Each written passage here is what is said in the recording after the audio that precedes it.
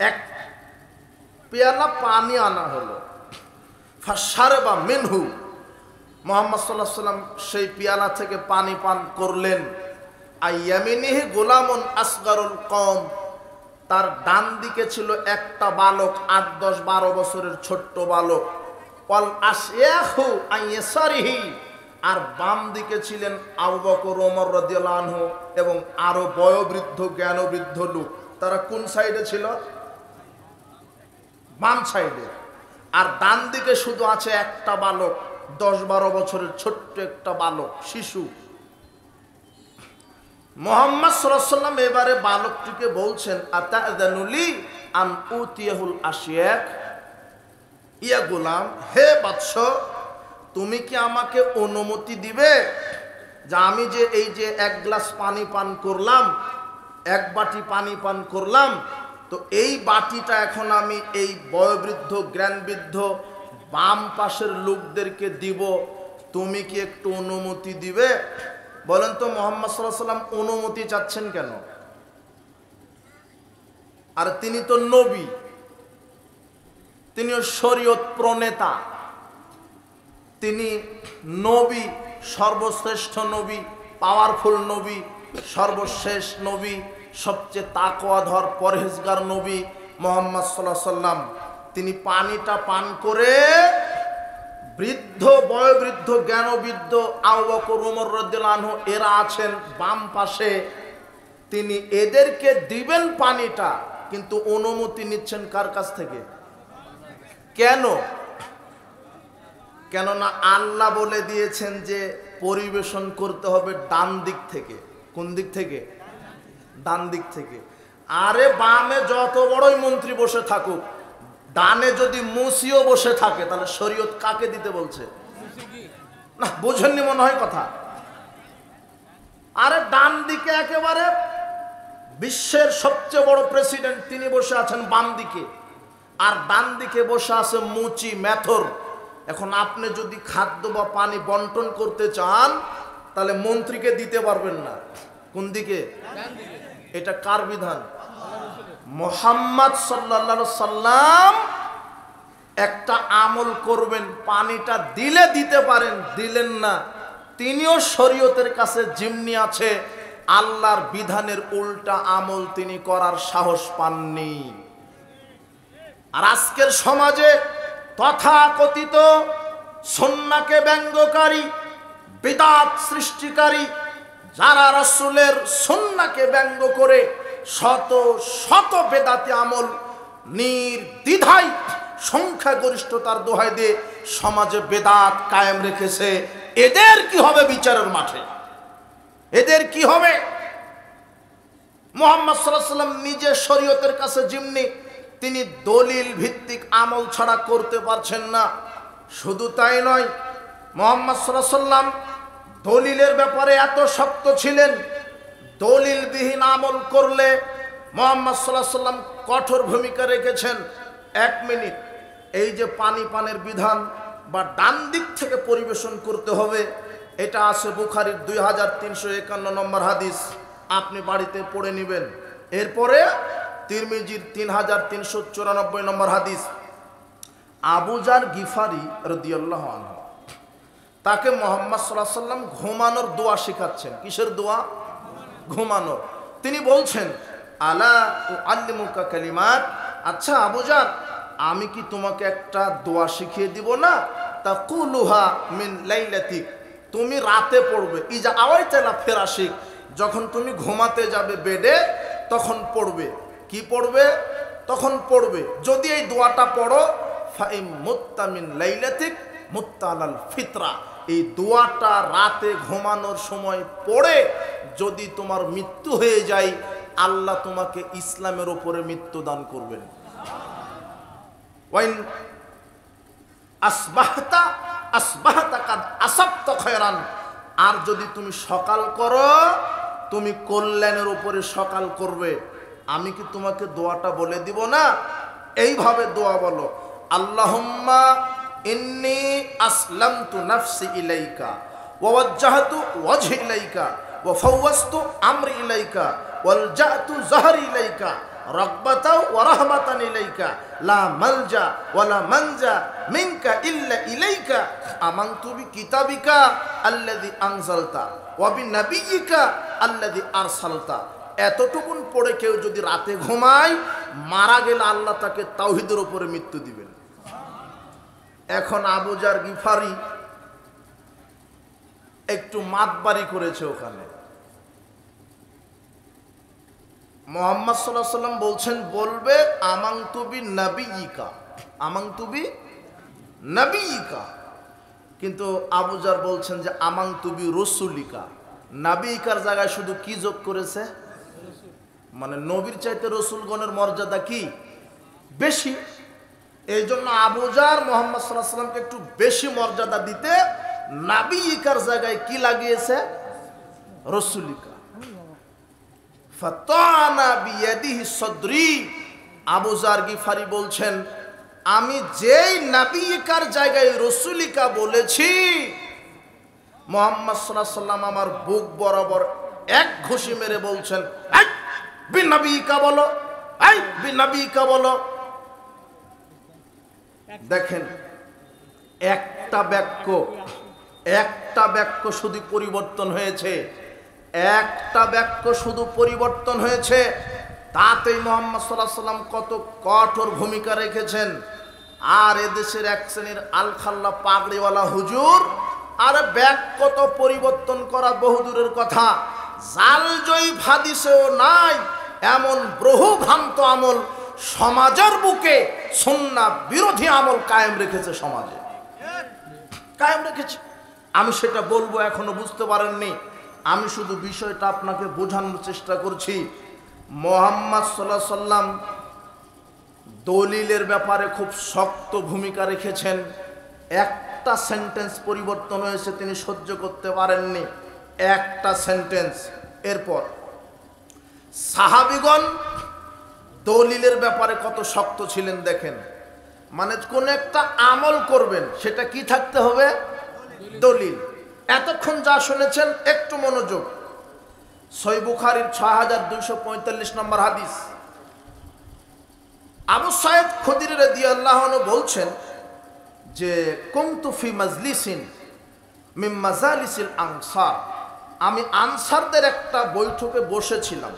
ইদ জা আবু মূসা কান্নাহু মাজউরুন, হঠাৎ করে আবু মূসা হাঁপাতে হাঁপাতে ভীত সন্ত্রস্ত অবস্থায় আমাদের বৈঠকে হাজির হলেন। হাজির হয়ে বলছেন, আমাদেরকে বলছেন যে ইস্তাআযানতু আলা উমারা খালাসান। বৈঠকের সদস্যরা শোনো, আমি আজকে উমর রাদিয়াল্লাহু আনহুর বাড়িতে গিয়েছিলাম, 3 বার সালাম দিয়েছি, ফালাম ইউযান লি, তিনি আমাকে অনুমতি দেননি। ফারাজাতু, আমি ফিরে চলে এসেছি। ওমর রাদিয়াল্লাহু আনহু আমাকে বলছেন, আবু মুসা মামানাকা, আমার ঘরের ভিতরে ঢুকতে তোমাকে কে নিষেধ করলো? তখন আমি ওমর রাদিয়াল্লাহু আনহুকে বললাম যে ওমর শোনেন, আমি আপনার কাছে 3 বার অনুমতি চেয়েছি, সালাম দিয়েছি, আপনি অনুমতি দেননি, আমি ফিরে এসেছি। কেন? ক্বালা রাসূলুল্লাহ সাল্লাল্লাহু আলাইহি ওয়াসাল্লাম, রাসূল সাল্লাল্লাহু আলাইহি ওয়াসাল্লাম বলেছেন, ইদাস্তাযানা আহাদুকুম খালাসান, যখন তোমাদের কেউ কারো বাড়িতে যাবে 3 বার সালাম দিবে, 3 বার অনুমতি চাইবে। কয়বার? কারো বাড়িতে গিয়ে হনফন করে ঢুকে যাওয়া যাবে না, কেননা বাড়ির ভিতরে নারী আছে, ছোট বাচ্চা আছে, বিভিন্ন কে কোন পরিবেশে আছে, কথা বুঝেননি? এই জন্য সালাম দিয়ে অনুমতি নিয়ে ঢুকতে হবে। যদি অনুমতি না আসে তাহলে বাড়িতে কি করা যাবে না, প্রবেশ করা যাবে না। এটা মুহাম্মদ সাল্লাল্লাহু আলাইহি ওয়াসাল্লাম বলছেন। আবু মুসা ওমর রাদিয়াল্লাহু আনহুকে বলছেন, ওমর আমি আপনার বাড়িতে 3 বার সালাম দিয়ে প্রবেশ করিনি। কেন? মুহাম্মদ সাল্লাল্লাহু আলাইহি ওয়াসাল্লাম বলেছেন, কারো বাড়িতে যাওয়ার পরে 3 বার সালাম দিবে, যদি প্রবেশের অনুমতি দেয় প্রবেশ করবে, যদি অনুমতি না দেয় ফালিয়ারজি, তাহলে তোমরা ফিরে চলে আসবে। তখন ওমর রাদিয়াল্লাহু আনহু বলছেন, ওই বৈঠকে এসে বলছেন, আমিনকুম আহাদুন সামিআহু মিনান নবী সাল্লাল্লাহু আলাইহি ওয়াসাল্লাম, এই তোমাদের কেউ কি এরকম হাদিস শুনেছ? এরকম হাদিস শুনেছ? ওয়াল্লাহি, আল্লাহর কসম, লা তুকিমান্না আলাইহিম বাইয়িনাত, দলিল পেশ করো। কি পেশ করো? দলিল। আয় দলিল দেখাও। তোমরা যে বললে, তুমি যে বললে বাড়িতে প্রবেশের পূর্বে 3 বার সালাম দিতে হবে, আর কি দেখাও? তখন উবাই ইবনে কাব বৈঠকের মাঝখান থেকে উঠে বলছেন, ওয়াল্লাহি লা ইয়াকুমা মাকা ইল্লা আসগারুল কওম, আর আমাদের বৈঠকের যে সবচেয়ে ছোট মানুষ সে এই দলিলটা জানে, আর আপনি জানেন না। ফাকুমতু আবু সাইদ খুদরি বলছেন, আসগারুল কওম, আমি দাঁড়িয়ে গেলাম, আমি ছিলাম সবচেয়ে ছোট মানুষ বৈঠকে। ফাখবারতু উমারা আন্না নবী সাল্লাল্লাহু আলাইহি ওয়াসাল্লাম ক্বালা যালিক। আবু সাইদ খুদরি উঠে বলছেন, হ্যাঁ, আল্লাহর নবী বলেছেন যে কেউ যদি কারো বাড়িতে যায় 3 বার অনুমতি চাইবে, অনুমতি দিলে প্রবেশ করবে, না দিলে ফিরে আসবে। এই যে ওমর রাদিয়াল্লাহু আনহু, তার সামনে যখন একটা আমল চলে আসলো তখন এটার কি চাইলেন তিনি? দলিল। এখান থেকে কয়েকটা বিষয় প্রমাণ হয় যে আলেম যত বড়ই হোক, আলেম অনেক বড়, আলেম অনেক কিছু জানে, কিন্তু সব জানে না। কি জানে না? পৃথিবীতে এমন কোন আলেম নাই যে বলতে পারে আমি সব জানি। কথা বুঝেননি মনে হয়? আলেম আপনার অনেক জানে, কিন্তু সব জানে। এই যে ওমর রাদিয়াল্লাহু আনহু, ওমর ইবনুল খাত্তাব, অর্ধ পৃথিবীর খলিফা, এত বড় আলেম, তবু এই ওমরের এই হাদিসটা কি নাই? জানা নাই। তার কাছে যখন এই আমল আসলো তখন বলছেন কি পেশ করো? দলিল। কি পেশ করো? দলিল। তখন দলিল যখন পেশ করা হলো তখন তিনি মেনে নিলেন। তার মানে সাহাবায়ে কেরাম কোন আমল করার পূর্বে কি খুঁজতেন? দলিল।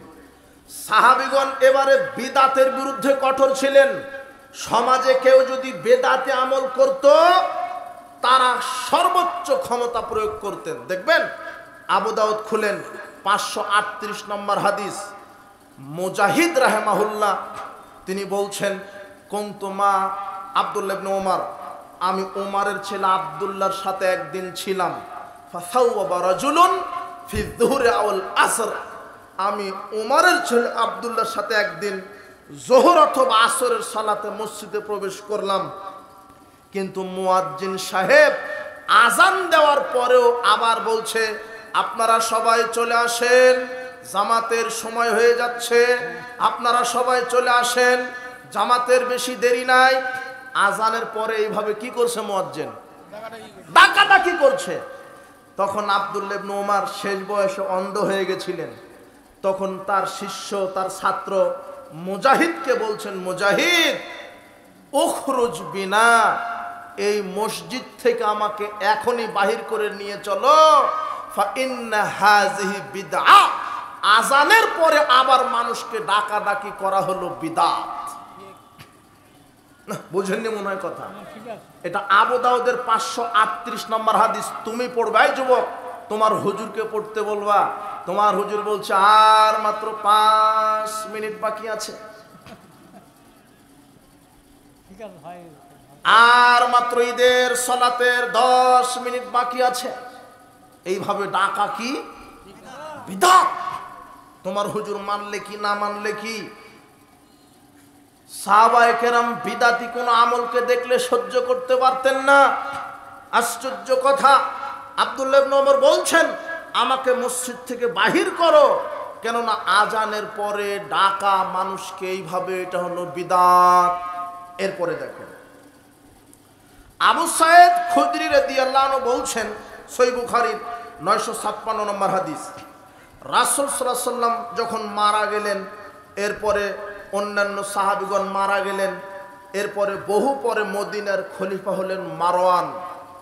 মারওয়ান যখন মদিনার খলিফা হলেন তখন তিনি ঈদের মাঠে মেম্বার নিয়ে গেলেন। কি নিয়ে গেলেন? মেম্বার, 3 থাকা বিশিষ্ট মেম্বার। মেম্বার তো নিয়ে গেলেন, ওই মেম্বারের উপরে উঠে মারওয়ান সালাতের পূর্বেই খুতবা শুরু করলেন। কি শুরু করলেন? খুতবা। এখন ঈদের আগে খুতবা না আগে সালাত? আগে সালাত না আগে খুতবা? আগে সালাত, পরে কি? খুতবা। হাদিসটা সহিহ বুখারীর 956। আবু সাইদ খুদরি বলছেন, জি প্রধানমন্ত্রী সাহেব, আপনি প্রধানমন্ত্রী হয়েছেন বলে রাসূলের সুন্নাতের উল্টা করতে পারবেন না। আপনি ঈদের মাঠে মেম্বার এনেছেন, মানে মুহাম্মদ সাল্লাল্লাহু আলাইহি ওয়াসাল্লাম ঈদের মাঠে মেম্বার রাখতেন না। এক। দুই, শুনেন, আপনি সালাতের আগে খুতবা দিবেন, মানে মুহাম্মদ সাল্লাল্লাহু আলাইহি ওয়াসাল্লাম আগে সালাত আদায় করতেন, তারপরে খুতবা দিতেন। তখন মারওয়ান যুক্তি দিচ্ছে, শোনো আবু সাইদ খুদরি, রাসূল সাল্লাল্লাহু আলাইহি ওয়াসাল্লামের যুগ চলে গেছে, এখন প্রযুক্তির যুগ, নতুন যুগ, এখন মানুষের ব্যস্ততা বেশি। তাই আমি যদি সালাতের পরে খুতবা দিই, খুতবা কেউ শুনবে না, তাই আমি আগে খুতবা দিব, পরে সালাত আদায় করব। তখন আবু সাইদ খুদরি বলছেন, আসসালামু আলাইকুম, যেখানে রসুলের উল্টা বিধান চলে সেখানে আমি রসুলের সাহাবী 1 সেকেন্ড দেরি করতে পারি না। নগদ নগদ। তোমার হুজুর ঈদের মাঠে মেম্বার নিয়ে গেছে, ঈদের মাঠে মেম্বার বিদাত, ঈদের মাঠে সামিয়ানা টাঙানো বিদাত, ঈদের মাঠে সাজসজ্জা করা বিদাত, ঈদের মাঠ থাকবে ফাঁকা, ঈদের মাঠ থাকবে ফাঁকা খোলা আকাশের নিচে। তোমার হুজুর বেদাত বুঝেনি, সুন্নাহ বুঝেনি। নগদ আবু সাইদ খুদরি, আল্লাহর নবীর সাহাবী, তিনি বেদাতে আমলের বিরোধিতা করেছেন। এরপরে দেখেন আর একটা, দেখেন ইবনুল উজ্জাহ আল বিদউ হাদিস 25 নম্বর পৃষ্ঠা, 25 নম্বর হাদিস 23 নম্বর পৃষ্ঠায়, মাররা ইবনে মাসউদ বিইমরাতিন, একটা নারীর পাশ দিয়ে আব্দুল্লাহ ইবনে মাসউদ হেঁটে যাচ্ছেন। মাহা তাসবিহুন তুসাব্বিহু বিহি, ওই মহিলাটি তসবি দানা দিয়ে তাসবিহ টিপছিল। কি দানা দিয়ে? তসবি দানা দিয়ে। আছে না 100 দানা, 500 দানা? আব্দুল্লাহ ইবনে মাসউদ একটা নারীর পাশ দিয়ে যাচ্ছিলেন, ওই নারীটার হাতে ছিল তাসবিহ, তুসাব্বিহু বিহি, ওই তাসবিহ দিয়ে তিনি তাসবিহ টিপছিলেন। ফাকাতাহু ওয়ালকাহু, আব্দুল্লাহ ইবনে মাসউদ নারীর হাত থেকে ওই তাসবিহ দানাটা কেড়ে ছিঁড়ে ফেলে দিলেন। কথা বুঝেছেন? এরপর মাররা বিরাজুলিন, সামনে দেখলেন আর একটা পুরুষ ব্যক্তি, ইউসাব্বিহু বিহাসা, ওই পুরুষ লোকটা কঙ্কর দানা দিয়ে তাসবিহ টিপছিল। 100টি কঙ্কর, 50টি কঙ্কর নিয়ে এইভাবে গুনছিল। ফাদারাবাহু বিরিজলিহি, আব্দুল্লাহ ইবনে মাসউদ তার পা দিয়ে ওই পুরুষ ব্যক্তিটাকে লাথি মারলেন। লাথি মেরে রাগে অগ্নিশর্মায় বললেন, কি বলছো? রাকিবতুম বিদআতান যুলমান, তোমরা কি অন্ধকার বেদাতের আমলে আরোহণ করছো? ও সাবাকতুম, তোমরা কি অগ্রগামী হয়েছো? ওয়ালাকাদ গালাবতুম আসহাবা মুহাম্মদ সাল্লাল্লাহু আলাইহি ওয়াসাল্লাম ইলমান, তোমরা কি এলেমের দিকে মুহাম্মদ সাল্লাল্লাহু আলাইহি ওয়াসাল্লামের সাহাবী হয়ে অগ্রগণ্য হয়েছো? তোমরা কি সাহাবী? না, আমরা কি সাহাবী। মুহাম্মদ সাল্লাল্লাহু আলাইহি ওয়াসাল্লাম তাসবিহ গণনা করতে বলেছেন ডান হাতের আঙ্গুলে। মুহাম্মদ সাল্লাল্লাহু আলাইহি ওয়াসাল্লাম বলছেন, ও আকিদনা বিল আনামিন, তোমরা ডান হাতের আঙ্গুলে তাসবিহ গণনা করো। ফা ইন্নাহুন্না মাসউলাতুন ওয়া মুস্তানতাকাতুন, আল্লাহ যখন আঙ্গুলগুলিকে জিজ্ঞাসা করবেন, আঙ্গুল তোমাকে দ্বারা এই ব্যক্তি কি আমল করেছে, তখন আঙ্গুল টপ টপ করে বলে দিবে, আল্লাহ তোমার নামের তাসবিহ জিকির করেছে আঙ্গুল দিয়ে, কাজেই তুমি ব্যক্তিকে জান্নাতে প্রবেশ করাও। আল্লাহ আঙ্গুলের সুপারিশ কবুল করে আপনাকে জান্নাতে ঢুকিয়ে দিবেন। কিন্তু এই জায়গাতে বেদাতি এক শ্রেণীর লোকেরা আঙ্গুলকে সরিয়ে ওখানে মেশিন চালু করেছে। বুঝেননি মনে হয় কথা? আব্দুল্লাহ ইবনে মাসউদ ডাইরেক্ট বিদাতের বিরুদ্ধে হুঙ্কার দিলেন, জিনা তিনি ছিঁড়ে ফেলে কঙ্কর দানা ফেলে দিলেন। পুরুষ লোকটিকে আঘাত করে বললেন, জিনা আপনি বিদাতে আমল করছেন, মানে তার মানে সাহাবায়ে কেরাম কোনো বেদাতে আমল দেখলে সরাসরি কি করতেন? প্রতিবাদ করতেন। সাহাবীরা কত সতর্ক, দলিলবিহীন কোন আমল করতেন না, সবচেয়ে মুহাম্মদ সাল্লাল্লাহু আলাইহি সাল্লামকে যারা 19-19-এর মতো 20-20-এর মতো অনুসরণ করেছে তারা হচ্ছেন সাহাবায়ে কেরাম। আপনাকে দেখাই আল্লাহ যে কোরআন মাজিদে বলেছে সাহাবীগণ এই আয়াতগুলি মনে প্রাণে মেনে নিয়ে আমল করেছেন। আল্লাহ বলছেন মাই ইউতিউর রাসূলা ফাকাদ আতা আল্লাহ, যে রাসূলের শরীয়ত অনুযায়ী আমল করলো সে আল্লাহরই ইবাদত করলো, যে রাসূলের আনুগত্য করলো সে আল্লাহর আনুগত্য করলো। আল্লাহ বলছেন কুল ইন কুনতুম তুহিব্বুনাল্লাহ ফাত্তাবিউনি, তোমরা যদি আল্লাহকে ভালোবাসতে চাও তাহলে আমি নবীর ইত্তেবা অনুসরণ করো। ইহবিবকুমুল্লাহ, আল্লাহ তোমাদেরকে ভালোবাসবেন। ইয়াগফির লাকুম যুনুবাকুম ওয়াল্লাহু গাফুরুর রহিম, আল্লাহ তোমাদের বিগত সব পাপ ক্ষমা করে দিবেন। আল্লাহ বলছেন আমার ভালোবাসা যদি পেতে চাও মুহাম্মদ সাল্লাল্লাহু আলাইহি সাল্লামের ইত্তেবা করো, মুহাম্মদ সাল্লাল্লাহু আলাইহি সাল্লামের অনুসরণ করো। আল্লাহ সুবহানাহু ওয়া তাআলা বলছেন ওয়া মান ইউশাকিকির রাসূলা মিন বাদি মা তাবায়্যানা লাহুল হুদা ওয়া ইয়াত্তাবি গায়রা সাবিলিল মুমিনিন নুওয়াল্লিহি মা তাওয়াল্লা ওয়া নুসলিহি জাহান্নাম ওয়া সাআত মাসীরা। প্রকাশ্য হেদায়েত আসার পরে মুহাম্মদ সাল্লাল্লাহু আলাইহি সাল্লামের পক্ষ থেকে প্রকাশ্য হেদায়েত, শরীয়ত, দলিল, প্রমাণ আসার পরেও যারা রাসূলের উল্টা চলে, সাহাবীদের নীতির উল্টা চলে, আল্লাহ বলছেন তারা যেদিকেই ফিরতে চায় আমি আল্লাহ সেদিকেই ফিরাবো। এমনকি মুহাম্মদ সাল্লাল্লাহু আলাইহি সাল্লামের নীতির, শরীয়তের উল্টা চলার কারণে ওয়া নুসলিহি জাহান্নাম, আমি এদেরকে জাহান্নামে আসার দিব। আল্লাহ সুবহানাহু ওয়া তাআলা একজন মানুষের শরীয়ত মেনে আমল করতে বলেছেন যার নাম মুহাম্মদ সাল্লাল্লাহু আলাইহি সাল্লাম। আল্লাহ বলছেন ইয়া আইয়ুহাল্লাযিনা আমানু আতিউল্লাহ ওয়া আতিউর রাসূলা ওয়া লা তুবতিলু আমালাকুম, আল্লাহর আনুগত্য করো, রাসূলের আনুগত্য করো, তোমাদের আমলগুলিকে বিনষ্ট করো না। রাসূলের তরিকায় যদি আমল না হয় আমল আল্লাহ কি করে দিবেন? বিনষ্ট করে দিবেন, বাতিল করে দিবেন, ধ্বংস করে দিবেন।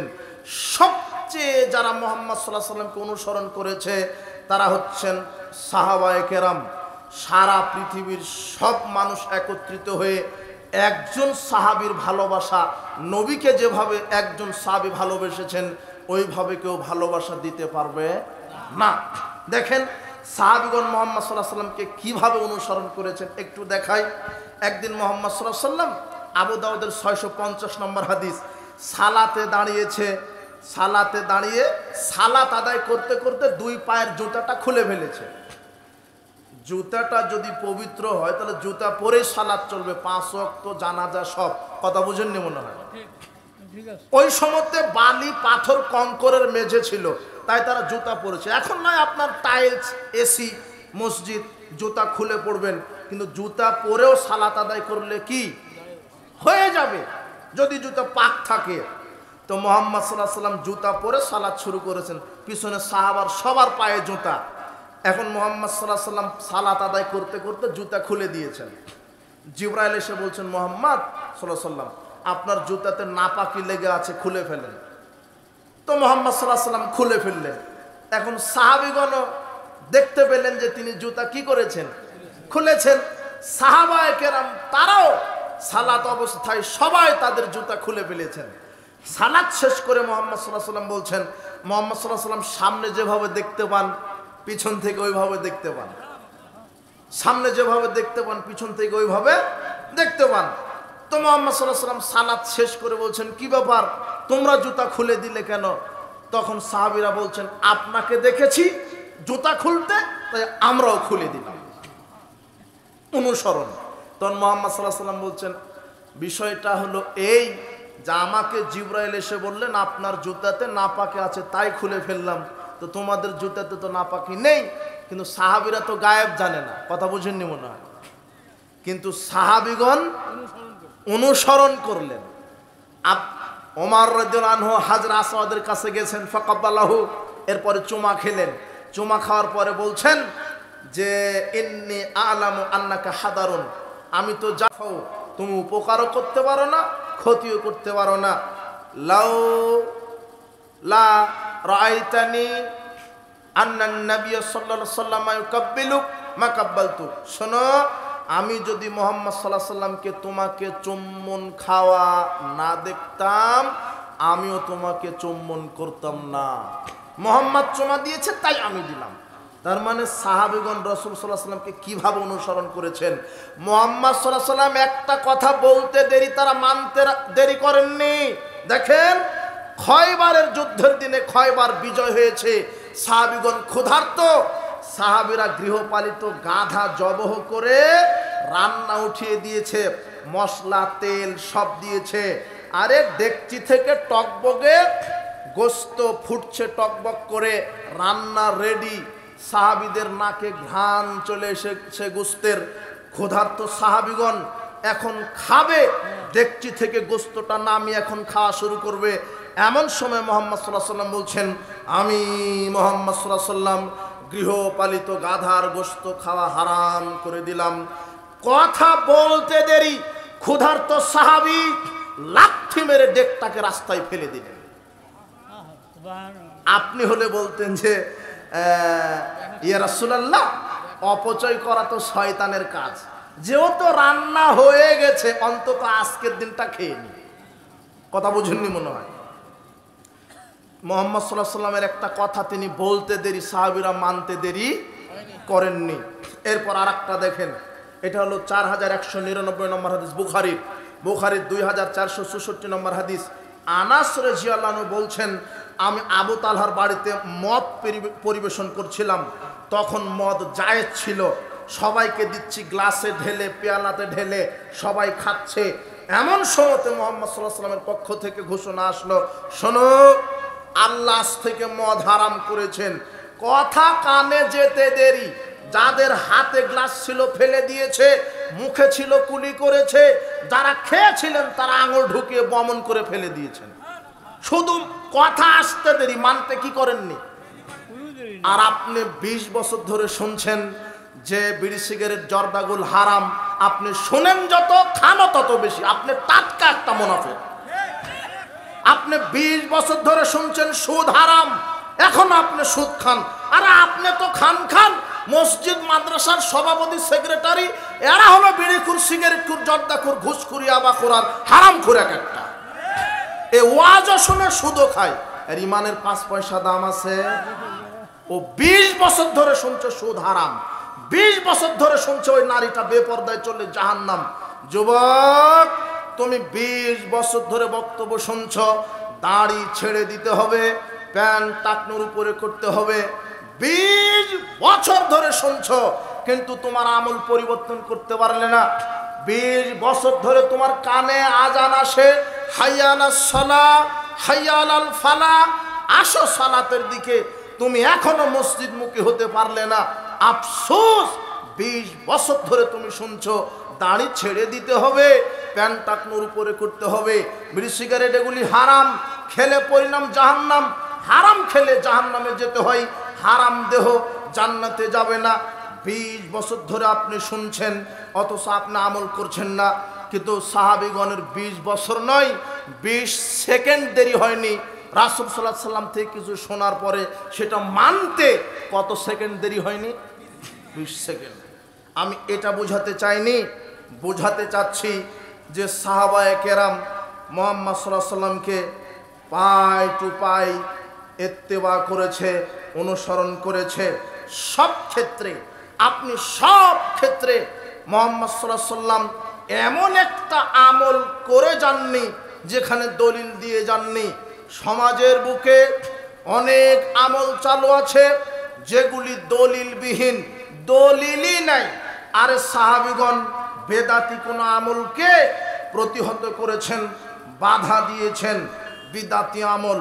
আর সমাজে এমন এমন আমল চালু আছে যার কোনো দলিলই নেই। ওই যে আবু যার গিফারি রাদিয়াল্লাহু আনহু বিন নাবিকার জায়গাতে বিন নাবিকা বাদ দিয়ে বিরসুলিকা বসিয়েছেন। এই জন্য মুহাম্মদ সাল্লাল্লাহু আলাইহি ওয়াসাল্লাম বুক বরাবর এক ঘুষি একটা মাত্র সেন্টেন্স পরিবর্তন করে দিয়েছে। আর এদেশের এক শ্রেণীর বেদাতি হুজুরেরা অজুর দোয়া তৈরি করেছে। কি তৈরি করেছে? অজুর দোয়া। বলছে বিসমিল্লাহির রহমানির রহিম, আল ইসলামু হাক্কুন ওয়াল কুফরু বাতিলুন, আল ঈমানু জুলমাতুন ওয়াল কুফরু ওয়াল ইসলামু নূরুন। এটা হলো অজুর দোয়া তৈরি করে দিয়েছে। আশরাফ আলী থানভী রাহিমাহুল্লাহর পূর্ণাঙ্গ নামাজ শিক্ষার 43 পৃষ্ঠাতে তিনি বলছেন এটা নাকি অজুর দোয়া, অথচ পৃথিবীতে কোনো একটা জাল হাদিসও নাই। এটা কথা বুঝেননি মনে হয়। অজুর দোয়া তৈরি করেছে, অথচ মুহাম্মদ সাল্লাল্লাহু আলাইহি ওয়াসাল্লাম তিরমিজির 25 আর 78 নম্বর হাদিসে বলছেন তিরমিজি যে তোমরা অজুর শুরুতে লা উযু লিমান লাম ইয়াজকুর ইসমাল্লাহি আলাইহি, ওই ব্যক্তির অজু হয় না যে ব্যক্তি বিসমিল্লাহ বলে না। কি বলে না? মুহাম্মদ সাল্লাল্লাহু আলাইহি ওয়াসাল্লাম বলছেন অজুর দোয়া বিসমিল্লাহ, আর হুজুর নামাজ শিক্ষা বই লিখেছে ওইটা বিসমিল্লাহির রহমানির রহিম, আল ইসলামু হাক্কুন ওয়াল কুফরু বাতিলুন, আল ঈমানু নূরুন ওয়াল কুফরু জুলমাতুন। জিনা হুজুর একটা দোয়াই তৈরি করেছে। এখন যদি মুহাম্মদ সাল্লাল্লাহু আলাইহি ওয়াসাল্লাম বেঁচে থাকতেন তাহলে আবু যর একটা সেন্টেন্স পরিবর্তনে এক ঘুষি, এই হুজুরের কি হতো এখন? কথা বুঝেননি মনে হয়। কথা কি বুঝেছেন? দোয়াই তৈরি করে ফেলেছে, এটা নগদ দোয়াই তৈরি করে ফেলেছে। সালাতের নিয়ত তৈরি করে ফেলেছে, জোহরের এক নিয়ত, আসরের এক নিয়ত, ফজরের এক নিয়ত, মাগরিবের এক নিয়ত। বলছে যে নাওয়াইতু আন উসাল্লি লিল্লাহি তাআলা ফি যুহরি 4 রাকাত, আমি আল্লাহর জন্য নিয়ত করেছি জোহরের 4 রাকাত ফরজ সালাতের। এইভাবে আরবিতে নিয়ত মুখে বলছে, অথচ কোরআন হাদিসে আজ পর্যন্ত কোন একটা জাল হাদিসও আরবিতে লেখা হয়নি এই ব্যাপারে। বুঝেননি মনে হয় কথা? কোন হাদিসের কিতাবে এটা লেখাই হয়নি যে এটা হলো এই নিয়ত বলতে হবে। নিয়ত কি? ইন্নামাল আমালু বিন্নিয়াত, নিয়ত হলো অন্তরের পরিকল্পনা। আপনি যে অজু করছেন, আসরের সালাত আদায় করবেন, এই যে ওটাই নিয়ত হয়ে গেছে। বুঝেননি মনে হয় কথা? নিয়ত মুখে বলছে।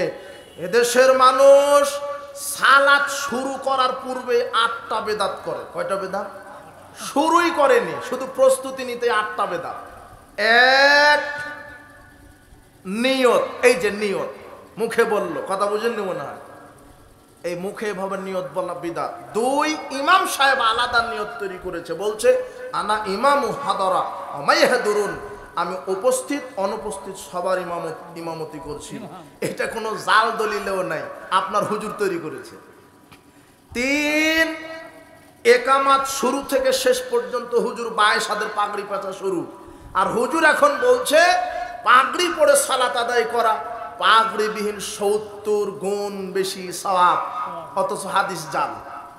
হাদিস পাগড়ি টুপির একটা ফজিলতের নেই। তবে ইসলামী শরীয়ত পাগড়ি টুপি এটা সৌন্দর্য পড়বেন, রাসূল সাল্লাল্লাহু আলাইহি ওয়াসাল্লাম পাগড়ি পড়েছেন, তবে নেকির আশায় নয়। এটা ইসলামের একটা সৌন্দর্য। আর এইভাবে পড়া যাবে না যে পাগড়ি দিয়ে সালাত আদায় করলে 70 গুণ নেকি হবে, এই হাদিস জাল। পাগড়ি সব সময়তে পড়া সুন্নাত, কিন্তু আপনার মসজিদের হুজুর একামত যখন শুরু করেছে তখন পাগড়ি পেঁচাও শুরু করেছে। কথা বুঝেছেন? তাহলে কয়টা হলো? আমি বলেছি সালাত শুরু করে কয়টা বেদাত দিয়ে? 8টা। তার 3 হলো। 4, জায়নামাজের দোয়া তৈরি করেছে, বলছে ইন্নী ওয়াজ্জাহাতু ওয়াজহিয়া লিল্লাযী ফাতারাস সামাওয়াতি ওয়াল আরদি হানিফা ওয়া মা আনা মিনাল মুশরিকিন। এটা রাসূল সাল্লাল্লাহু আলাইহি ওয়াসাল্লাম থেকে কোনো প্রমাণিত নাই। জায়নামাজের দোয়া বলে কোরআন হাদিসে কোনো দোয়াই নাই। না, বুঝেননি মনে হয় কথা? জায়নামাজের দোয়া বলে কোনো দোয়াই নাই। এখন আপনার হুজুর বলবে হুজুর এটা তো কোরআনের আয়াত, কোরআনে আছে। এটা বেকুব, কোরআনে আছে, কিন্তু এটা যে মুহাম্মদ সাল্লাল্লাহু আলাইহি ওয়াসাল্লাম জায়নামাজে পড়েছে এর দলিল কোথায়? এই আয়াত কি হুজুরের উপর নাজিল হয়েছে না মুহাম্মদ সাল্লাল্লাহু আলাইহি ওয়াসাল্লামের উপরে? তো তার মুখ থেকে তো বলা থাকা লাগবে। আপনি যে একটা আমল করবেন তার কি থাকা লাগবে? দলিল। মনে নাই? ওমর রাদিয়াল্লাহু আনহু বলছেন এই 3 বার সালাম দিয়েছো, এর কি পেশ করো? দলিল। তা আপনি যে বলছেন এটা হলো জায়নামাজের দোয়া, তাহলে মুহাম্মদ সাল্লাল্লাহু আলাইহি সাল্লাম থেকে কি থাকা লাগবে? দলিল। যদি দলিল না থাকে তাহলে আমল বাতিল। যত সুন্দর করে বলেন ইন্নী ওয়াজ্জাহতু ওয়াজহি লিল্লাযী, যত সুন্দর করে বলেন আমল বাতিল। কথা বুঝেননি মনে হয়? যেহেতু কে পড়েনি, কার পক্ষ থেকে প্রমাণ নেই, এটা কার তরিকা নয়, আল্লাহ রাসূলের। 5 নম্বর বিদাত, কদ কামাতিস সালাহ, কদ কামাতিস সালাহ, আকামাল্লাহু আদামাহা, এইটা বলা বিদাত। মুহাম্মদ সাল্লাল্লাহু আলাইহি সাল্লাম বলছেন ফাকুলু মিসলা মা ইয়াকুলু মুয়াজ্জিন, মুয়াজ্জিন যা বলে অনুরূপ বলো। মুয়াজ্জিন যা বলে অনুরূপ। কদ কামাতিস সালাহ, কদ কামাতিস সালাহ, এর জবাবে কি বলবেন? কদ কামাতিস সালাহ, কদ কামাতিস সালাহ। তবে হাইয়া আলাস সালাহ, হাইয়া আলাল ফালাহ, এই জায়গাতে বলেছেন তোমরা বলো লা হাওলা ওয়ালা কুওয়াতা ইল্লা বিল্লাহ। কথা বুঝেছেন কি? 5টা। 6 নম্বর বেদাত, আশহাদু আন্না মুহাম্মাদ রাসূলুল্লাহ সাল্লাল্লাহু আলাইহি ওয়াসাল্লাম। এই যে 2 আঙ্গুলে চুমু দিয়ে চোখ মাসা করে বলছে সাল্লাল্লাহু আলাইহি ওয়াসাল্লাম, জিনা আঙ্গুলে চুমু দিয়ে চোখ মাসা করা বিদাত। কেন? কার থেকে প্রমাণিত নয়? মুহাম্মদ সাল্লাল্লাহু আলাইহি ওয়াসাল্লাম থেকে। কার থেকে প্রমাণিত নয়? মুহাম্মদ সাল্লাল্লাহু আলাইহি ওয়াসাল্লাম থেকে।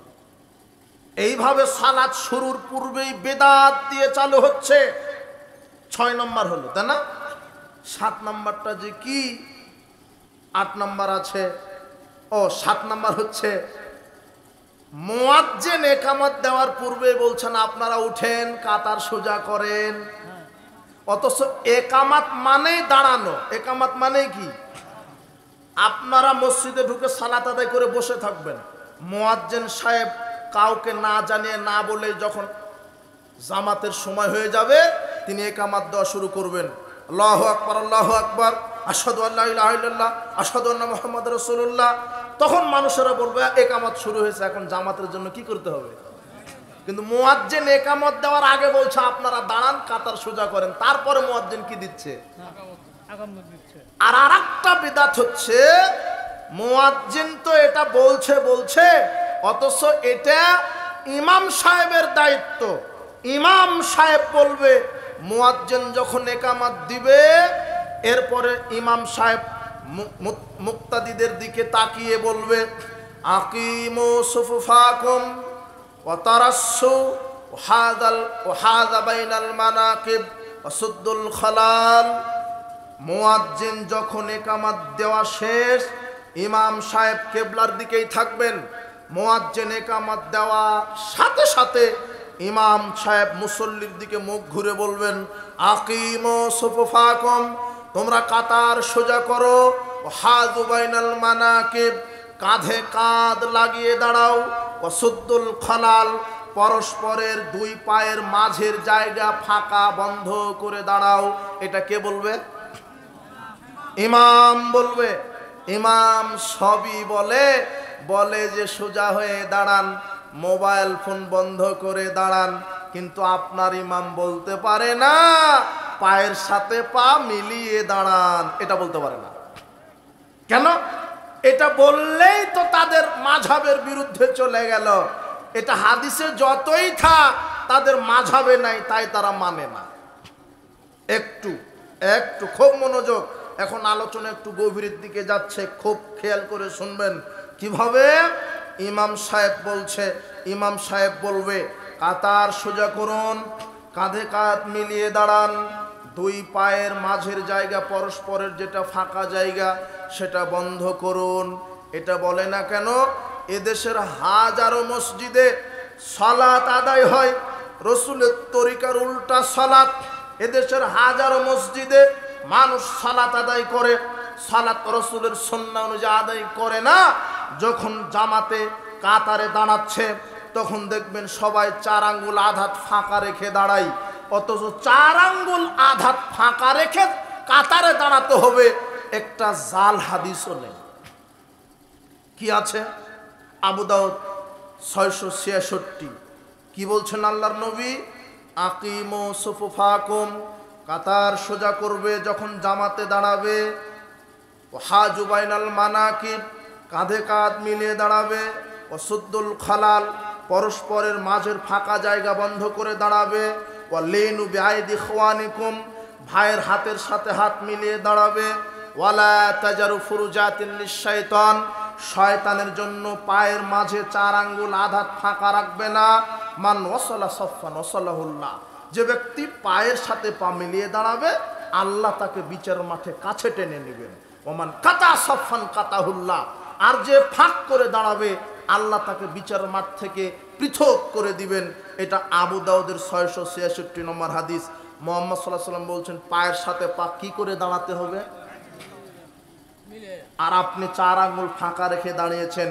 এটা মুহাম্মদ সাল্লাল্লাহু আলাইহি ওয়াসাল্লামের তরিকা নয়। পরস্পরের 2 পা, নিজের 2 পা না, কথা বুঝেননি মনে হয়। পরস্পরের 2 পা কি করে দাঁড়াতে হবে, মিলিয়ে। এরপরে তিনি বলছেন, দেখেন 667 তার নিচের হাদিসটাই আনাস রাদিয়াল্লাহু আনহু বলছেন, রাসূল সাল্লাল্লাহু আলাইহি ওয়াসাল্লাম বলেছেন, রুসু সুফুফাকুম, তোমরা পরস্পর মিলে মিশে দাঁড়াও।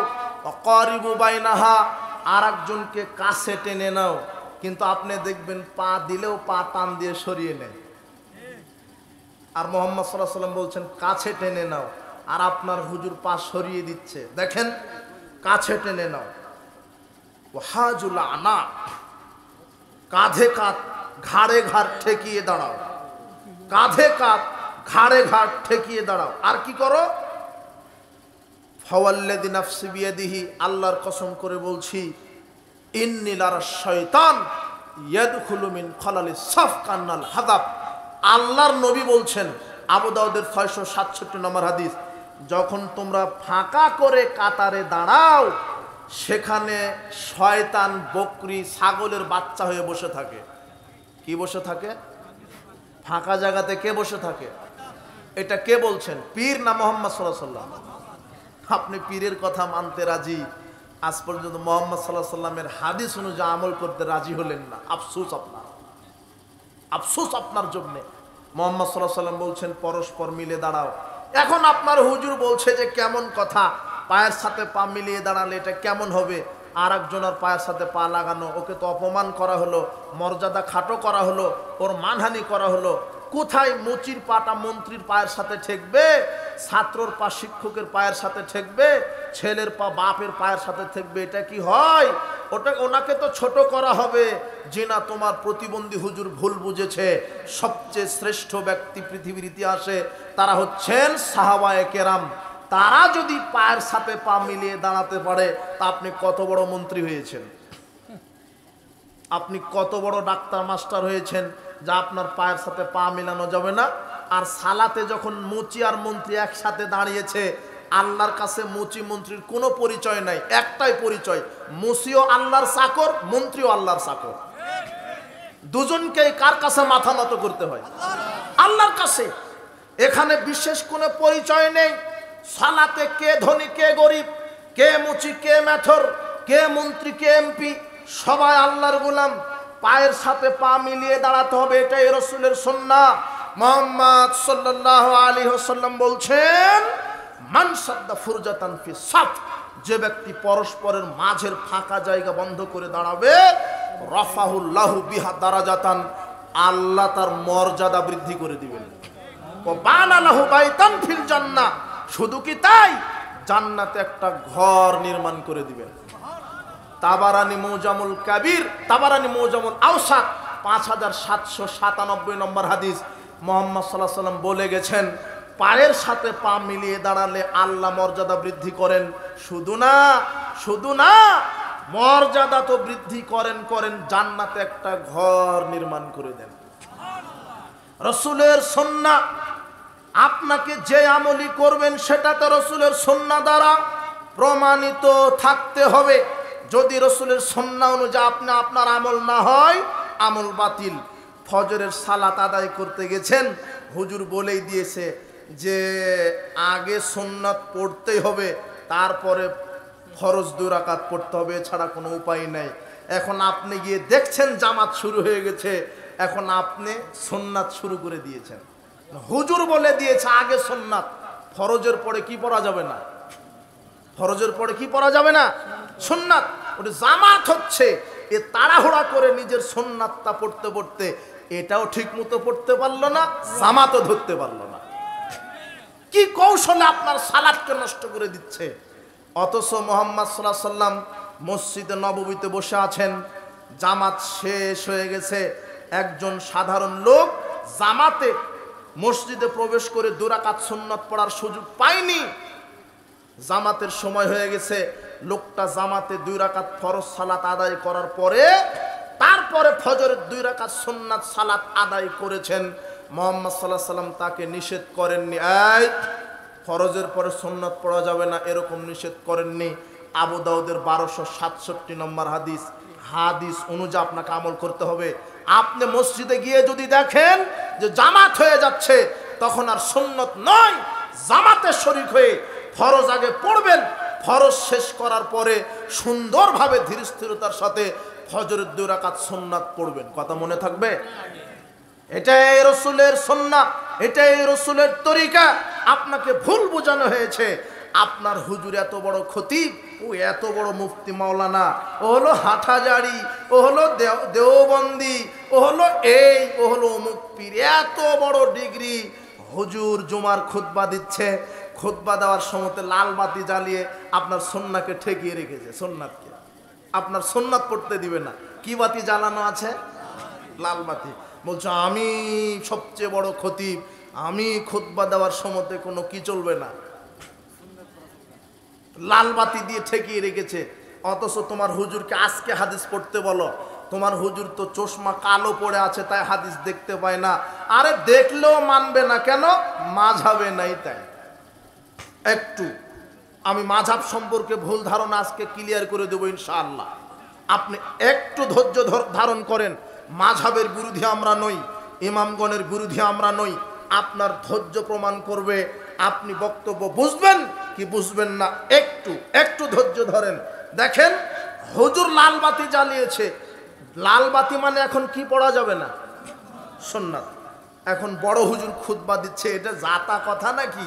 হুজুর সবচেয়ে বড় হুজুর, আপনার আলখাল্লা পাগড়িওয়ালা হুজুর, ও লাল বাতি দিয়ে ঠেকিয়ে রেখেছে রাসূলের সুন্নাত।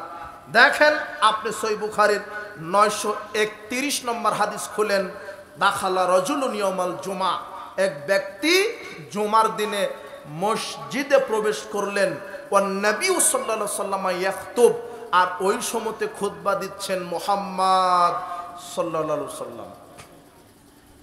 সবচেয়ে ভদ্র মানুষ, সবচেয়ে নম্র মানুষ, তাকওয়াশীল পরহেজগার মানুষ, সবচেয়ে দামি মানুষ, সবচেয়ে তাকওয়াশীল পরহেজগার মানুষ আকাশের নিচে জমিনের উপরে কে?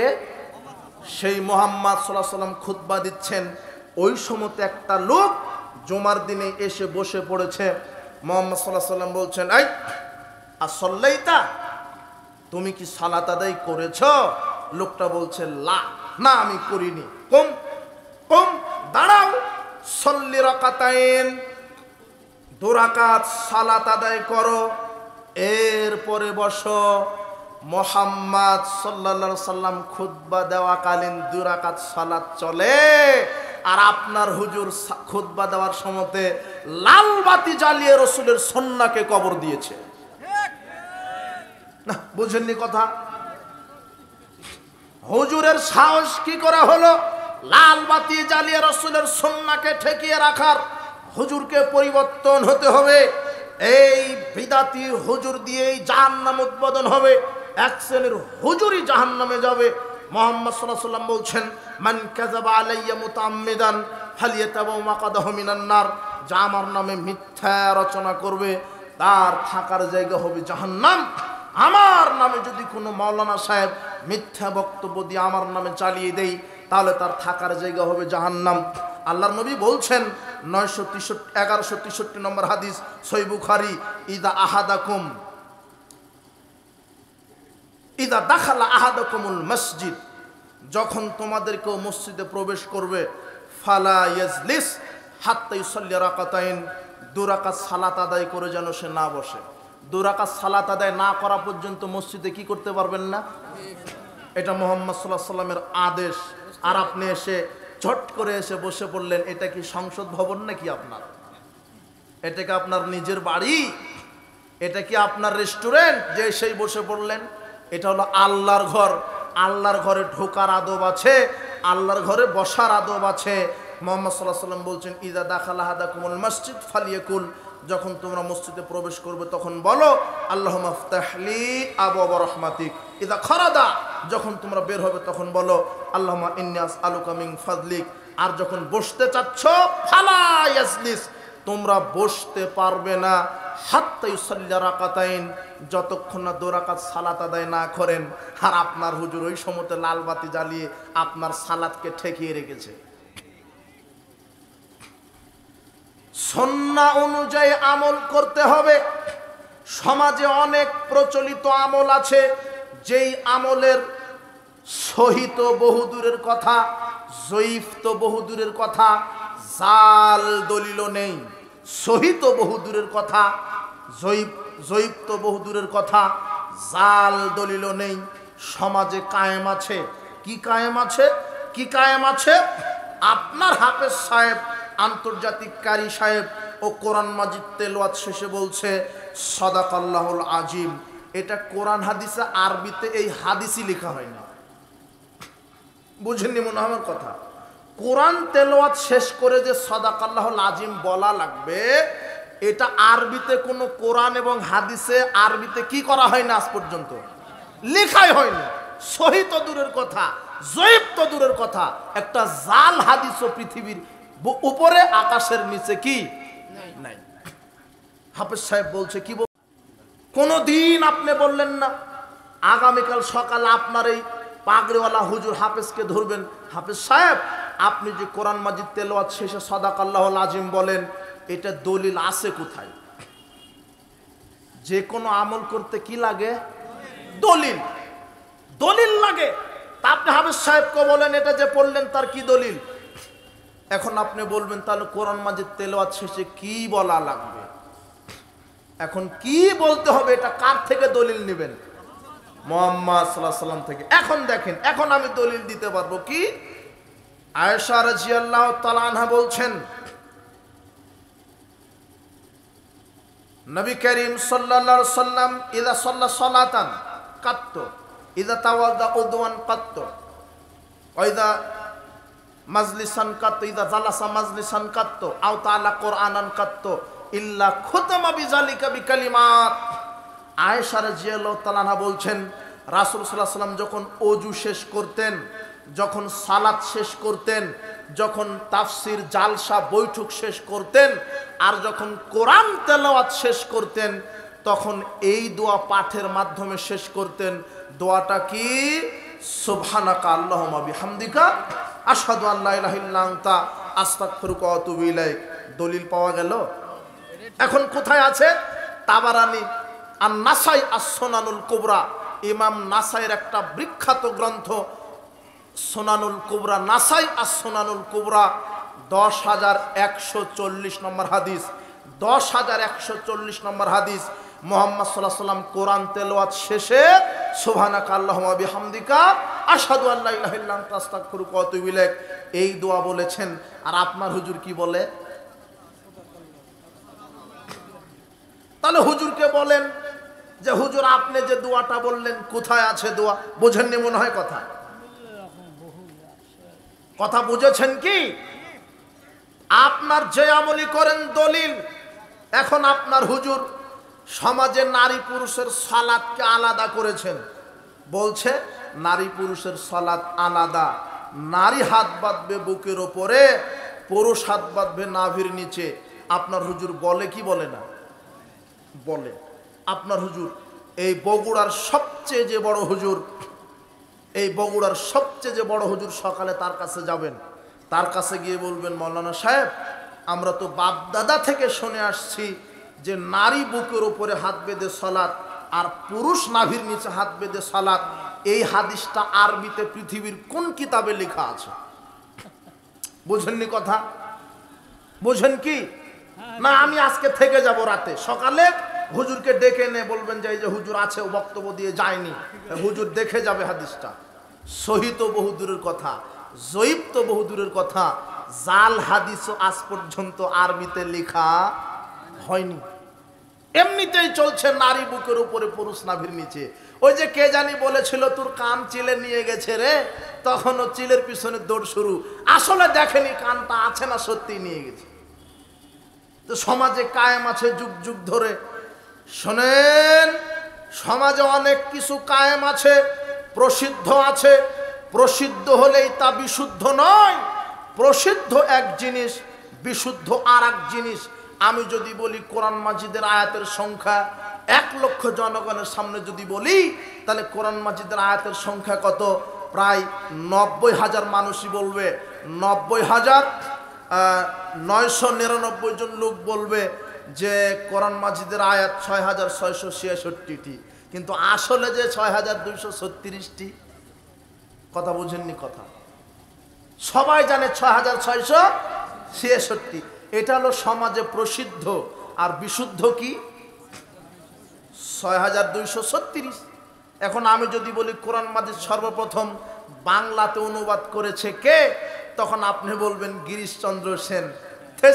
মিথ্যে কথা, এটা সমাজে প্রসিদ্ধ। আপনি সকালে তদন্ত করেন কোরআন মাজিদ সর্বপ্রথম বাংলাতে অনুবাদ করেছেন কে, আপনি তদন্ত করে পাবেন, দেখবেন যে আমির উদ্দিন বসু নিয়ে কি আছে, কি নাম, তাও আংশিক কয়েকটা সূরা। টোটাল কোরআনটাই A to Z পূর্ণাঙ্গ অনুবাদ করেছেন মাওলানা নাইমুদ্দিন সাহেব 1836 সালে। আর আপনি যে গিরিশচন্দ্র সেনের কথা বলছেন, এ জন্মগ্রহণ করেছে 1801 সালে। তার 35 বছর আগেই মাওলানা নাইমুদ্দিন কি করেছেন? না, বুঝেননি মনে হয় কথা। তাহলে সমাজে কি আছে? বঙ্গানুবাদ কে করেছে? গিরিশচন্দ্র। এটা হলো প্রসিদ্ধ, কিন্তু বিশুদ্ধ কি? এইভাবে সমাজে অনেক বিদাতি আমল আছে, যেই আমল প্রসিদ্ধ হলেও রাসূলের সুন্নাহ দ্বারা কি না প্রমাণিত না। আমাকে রাসূলের সুন্নাহ অনুযায়ী আমল করতে হবে। রাসূলের সুন্নাহ অনুযায়ী আমাকে আমল করতে হবে। রাসূলের সুন্নাহ অনুযায়ী যদি আমল না করি, তাহলে সেই আমল বাতিল হবে। সালাত, সিয়াম, হজ, যাকাত, তাসবিহ তাহলিল, কোরআন তেলাওয়াত, দান সদকা যা কিছু করতে চাচ্ছেন সেখানে রাসূলের সুন্নাহ অনুযায়ী করতে হবে। আল্লাহ সুবহানাহু ওয়া তাআলা বলছেন, কুল হাল নুনাব্বিউকুম বিল আখসারিনা আমালা, আপনি বলেন ক্ষতিগ্রস্ত আমল সম্পর্কে কি বলবো না? ওটাই হলো ক্ষতিগ্রস্ত আমল। যারা আমল করে বলবে আমরা তো ভালো আমল করছি, অথচ সেটা কোরআন সুন্নাহ দ্বারা প্রমাণিত নয়। যারা আমল করে রাসূলের সুন্নাহ দ্বারা প্রমাণিত নয়, সে আমল বাতিল। আয়েশা রাদিয়াল্লাহু তাআলা আনহা বলছেন, রাসূল সাল্লাল্লাহু আলাইহি ওয়াসাল্লাম বলেছেন, মান আমিলা আমালান, যে ব্যক্তি কোনো আমল করলো, লাইসা আলাইহি আমরুনা ফাহুয়া রাদ, আর সেই আমল আমি করতে বলিনি, তাহলে সেটা বাতিল হবে। যে ব্যক্তি কোনো আমল করলো আর সেই আমলটা যদি রাসূলের দেওয়া না হয়, তাহলে সেটা কি হবে? বাতিল। সেটা বাতিল। যেটা আপনি সমাজে করছেন, যে আমল রাসূল সাল্লাল্লাহু আলাইহি ওয়াসাল্লাম করেননি। বাপ মা মারা গেলে 40-এ খাওয়াতে হবে, মেলাদ করতে হবে, চেলাম করতে হবে, রাসূল থেকে সাহাবী থেকে প্রমাণ নেই, অতএব এটা বাতিল। এটা বাতিল আমল। রাসূল সাল্লাল্লাহু আলাইহি ওয়াসাল্লাম করেননি। 40-এ আপনার চেহলাম, মেলাদ, কিয়াম রাসূল সাল্লাল্লাহু আলাইহি ওয়াসাল্লাম থেকে প্রমাণিত নয়, অতএব এগুলি বাতিল। আর কি আমল করেন? সমাজে অনেক আমল করছেন। মাগরিবের পরে 6 রাকাত সালাতুল আওয়াবিন পড়লে ও নাকি জান্নাত ওয়াজিব হয়, এটা এই হাদিস ঠিক নয়। আপনার ফজরের পরে সূরা হাশরের শেষ 3টি আয়াত তেলাওয়াত করলে 70 জন ফেরেশতা নাজিল হয়ে আপনার জন্য দোয়া করে, আর ওই দিন মারা গেলে শহীদ হিসেবে আল্লাহ কবুল করে নেবেন। এই হাদিস দঈফ, আমলযোগ্য নয়। মুহাদ্দিসগণ বলে গেছে। আশ্চর্য কথা, ফজিলতের বয়ান করতে করতে এক শ্রেণীর মুহাদ্দিস, এক শ্রেণীর মাওলানা সাহেব এমন ফজিলত মেরে দিয়েছে, বলছে যে কুলুকের ঢিলা যার যত বড় হবে, মিজানের দাড়ি পাল্লাতে তার নেকি ভারী তত বেশি হবে। কুলুকের ঢিলা বলছে যে আগে কুলুক নিতে হবে তারপরে পানি, অথচ হুজুর মিথ্যা বলছেন। মুহাম্মদ সাল্লাল্লাহু আলাইহি ওয়াসাল্লাম বলছেন, যখন সূরা তাওবার 108 আয়াত নাজিল হলো, ফিহি রিজালুন, কুবাতে কিছু লোক আছে, তারা কি করে?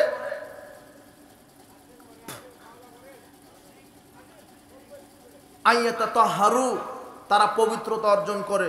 ওয়াল্লাহু ইউহিব্বুল মুত্তাহিরিন, আর আল্লাহ পবিত্রতা অর্জনকারীকে ভালোবাসেন। এই আয়াতটা যখন নাজিল হলো, কুবাবাসীদের প্রশংসা আল্লাহ আয়াত নাজিল করলেন। তখন মুহাম্মদ সাল্লাল্লাহু আলাইহি ওয়াসাল্লাম অবাক হয়ে বলছেন, ইবনে মাজার তিরমিজির 355 নম্বর হাদিস আর আবু দাউদের 44 নম্বর হাদিস, রাসূল সাল্লাল্লাহু আলাইহি ওয়াসাল্লাম বলছেন, ইয়ামা শারাল মুহাজিরিন, হে মুহাজিরগণ, কুবাবাসী, ইন্নাল্লাহ কাদ আসনা আলাইকুম ফিত তুহুরে, আল্লাহ যে তোমাদের পবিত্রতা অর্জন করা দেখে প্রশংসা করেছেন। ফামা তুহুরুকুম, বলো তো কিভাবে তোমরা পবিত্রতা অর্জন করো? তখন তারা বলছেন, নাতাওয়াদ্দাউ লিস-সালাত, আমরা সালাতের জন্য পানি দিয়ে ওযু করি। ওয়া নাগতাসিলু মিনাল জানাবাত, স্ত্রী মিলনের পরে আমরা পানি দিয়ে গোসল করি।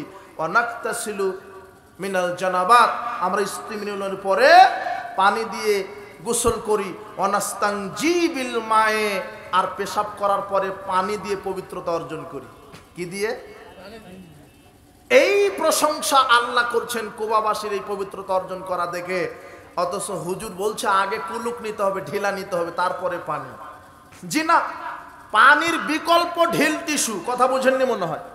পানি নেই, সেক্ষেত্রে কি নেবেন? কুলুক বা ঢিলা টিস্যু, যা হোক, কিন্তু পানি থাকা অবস্থায় কি নিতে হবে? পানি। এটাই সাহাবীদের আমল। আপনার হুজুর আপনাকে ভুল বুঝিয়েছে। শুধু কি তাই? হুজুর বলছে যে কুলুক নিয়ে 40 কদম হাঁটতে হবে, না হলে টপ করে পানি পড়ে গেলে সমস্যা হবে। তো মুহাম্মদ সাল্লাল্লাহু আলাইহি ওয়াসাল্লাম বলছেন যে দুধের বাচ্চা ছেলে যদি হয়, তার পেশাব যদি পোশাকে লেগে যায়, পানি ছিটিয়ে দিলেই হবে, ওই পোশাকে সালাত। কিন্তু দুধের মেয়ে বাচ্চার পেশাব যদি পোশাকে লেগে যায়, তাহলে শুধু পানি ছিটিয়ে দিলে হবে না, ওইটুকুন ধুয়ে ফেলতে হবে। তো পুরুষের পেশাবের অপবিত্রতার হার বেশি না নারীর পেশাবের? তো পুরুষ আপনি তাহলে যদি 40 কদম হাঁটেন, তাহলে আপনার বউয়ের কয় কদম হাঁটা লাগবে? আশ্চর্য কথা, কি শরীয়ত! আর হুজুরও বলছে যে কুলুকের ঢিলা বড় হলেই নেকির পাল্লা ভারী। এখন হাজী সাহেব এই আমল করার জন্যই হজের ব্যবস্থা করেছে। কি? হাজী সাহেব হজ করতে গিয়ে পেশাব করতে বসে উহুদ পাহাড়কে ব্যবহার করছে কুলুকের ঢিলা। হাজী সাহেব বলছে, হাজী সাহেব আপনি কি করলেন? আপনি উহুদ পাহাড়কে ঢিলা ব্যবহার করলেন, মানে কুলুক। তখন বলছে, মৌলানা সাহেব বলেছে যে কুলুকের ঢিলা যত বড়, মিজানের পাল্লায় নেকি ভারী তত বেশি। আল্লাহ আমাকে বিচার মাঠে নেকির পাল্লাতে উহুদ পাহাড় উঠিয়ে দিবেন। এই যে মিথ্যা ফজিলতের ধোঁকা, মিথ্যা ধোঁকায় পড়ে মিথ্যা বাতিল বানোয়াট আমল। শোনেন, মুহাম্মদ সাল্লাল্লাহু আলাইহি ওয়াসাল্লাম বলছেন পেশাব করার পরে তোমরা ওযু করো। পেশাব করার পরে ইদা বালা তাওয়াদ্দা। আয়েশা রাদিয়াল্লাহু তাআলা বলছেন রাসূল সাল্লাল্লাহু আলাইহি ওয়াসাল্লাম পেশাব করতেন, এরপরে ওযু করতেন, এরপরে ওযু করার পরে লজ্জাস্থান বরাবর পানি ছিটিয়ে দিতেন। ভুলেও যদি এক ফোঁটা পেশাব পড়েও যায়, এই পানি ছিটিয়ে দেওয়ার কারণে আপনি পবিত্রই থেকে যাবেন। কিন্তু কুলুক নেওয়ার পরে যদি বের হয়, তারপরে দায়িত্ব কে নেবে বলেন? কথা বুঝেননি? কুলুক আবিষ্কার করেছে এক শ্রেণীর হুজুর, আর মুহাম্মদ সাল্লাল্লাহু আলাইহি ওয়াসাল্লাম বলছেন ওযু শেষে লজ্জাস্থানে কি ছিটিয়ে দাও? পানি ছিটিয়ে। কাটটা মানবেন আপনি? রাসূল সাল্লাল্লাহু আলাইহি ওয়াসাল্লামের তরিকা, রাসূল সাল্লাল্লাহু আলাইহি ওয়াসাল্লামের সুন্নাহ আপনাকে মেনে আমল করতে হবে। বলছিলাম উপস্থিত বৈঠকের মুসলিম দিনী ভাই বোন, রাসূল সাল্লাল্লাহু আলাইহি ওয়াসাল্লামের তরিকায় সালাত, নারী পুরুষের সালাতের কোনো পার্থক্য নেই। নারী বাঁধবে বুকের উপরে হাত, পুরুষও বাঁধবে বুকের উপরে হাত। নারী যেভাবে রুকু করবে, পুরুষও সেভাবে রুকু করবে। পুরুষ যেভাবে সেজদা করবে, নারীও সেভাবে সেজদা করবে। পুরুষ সেজদা করবে লম্বাভাবে, নারীও করবে লম্বাভাবে।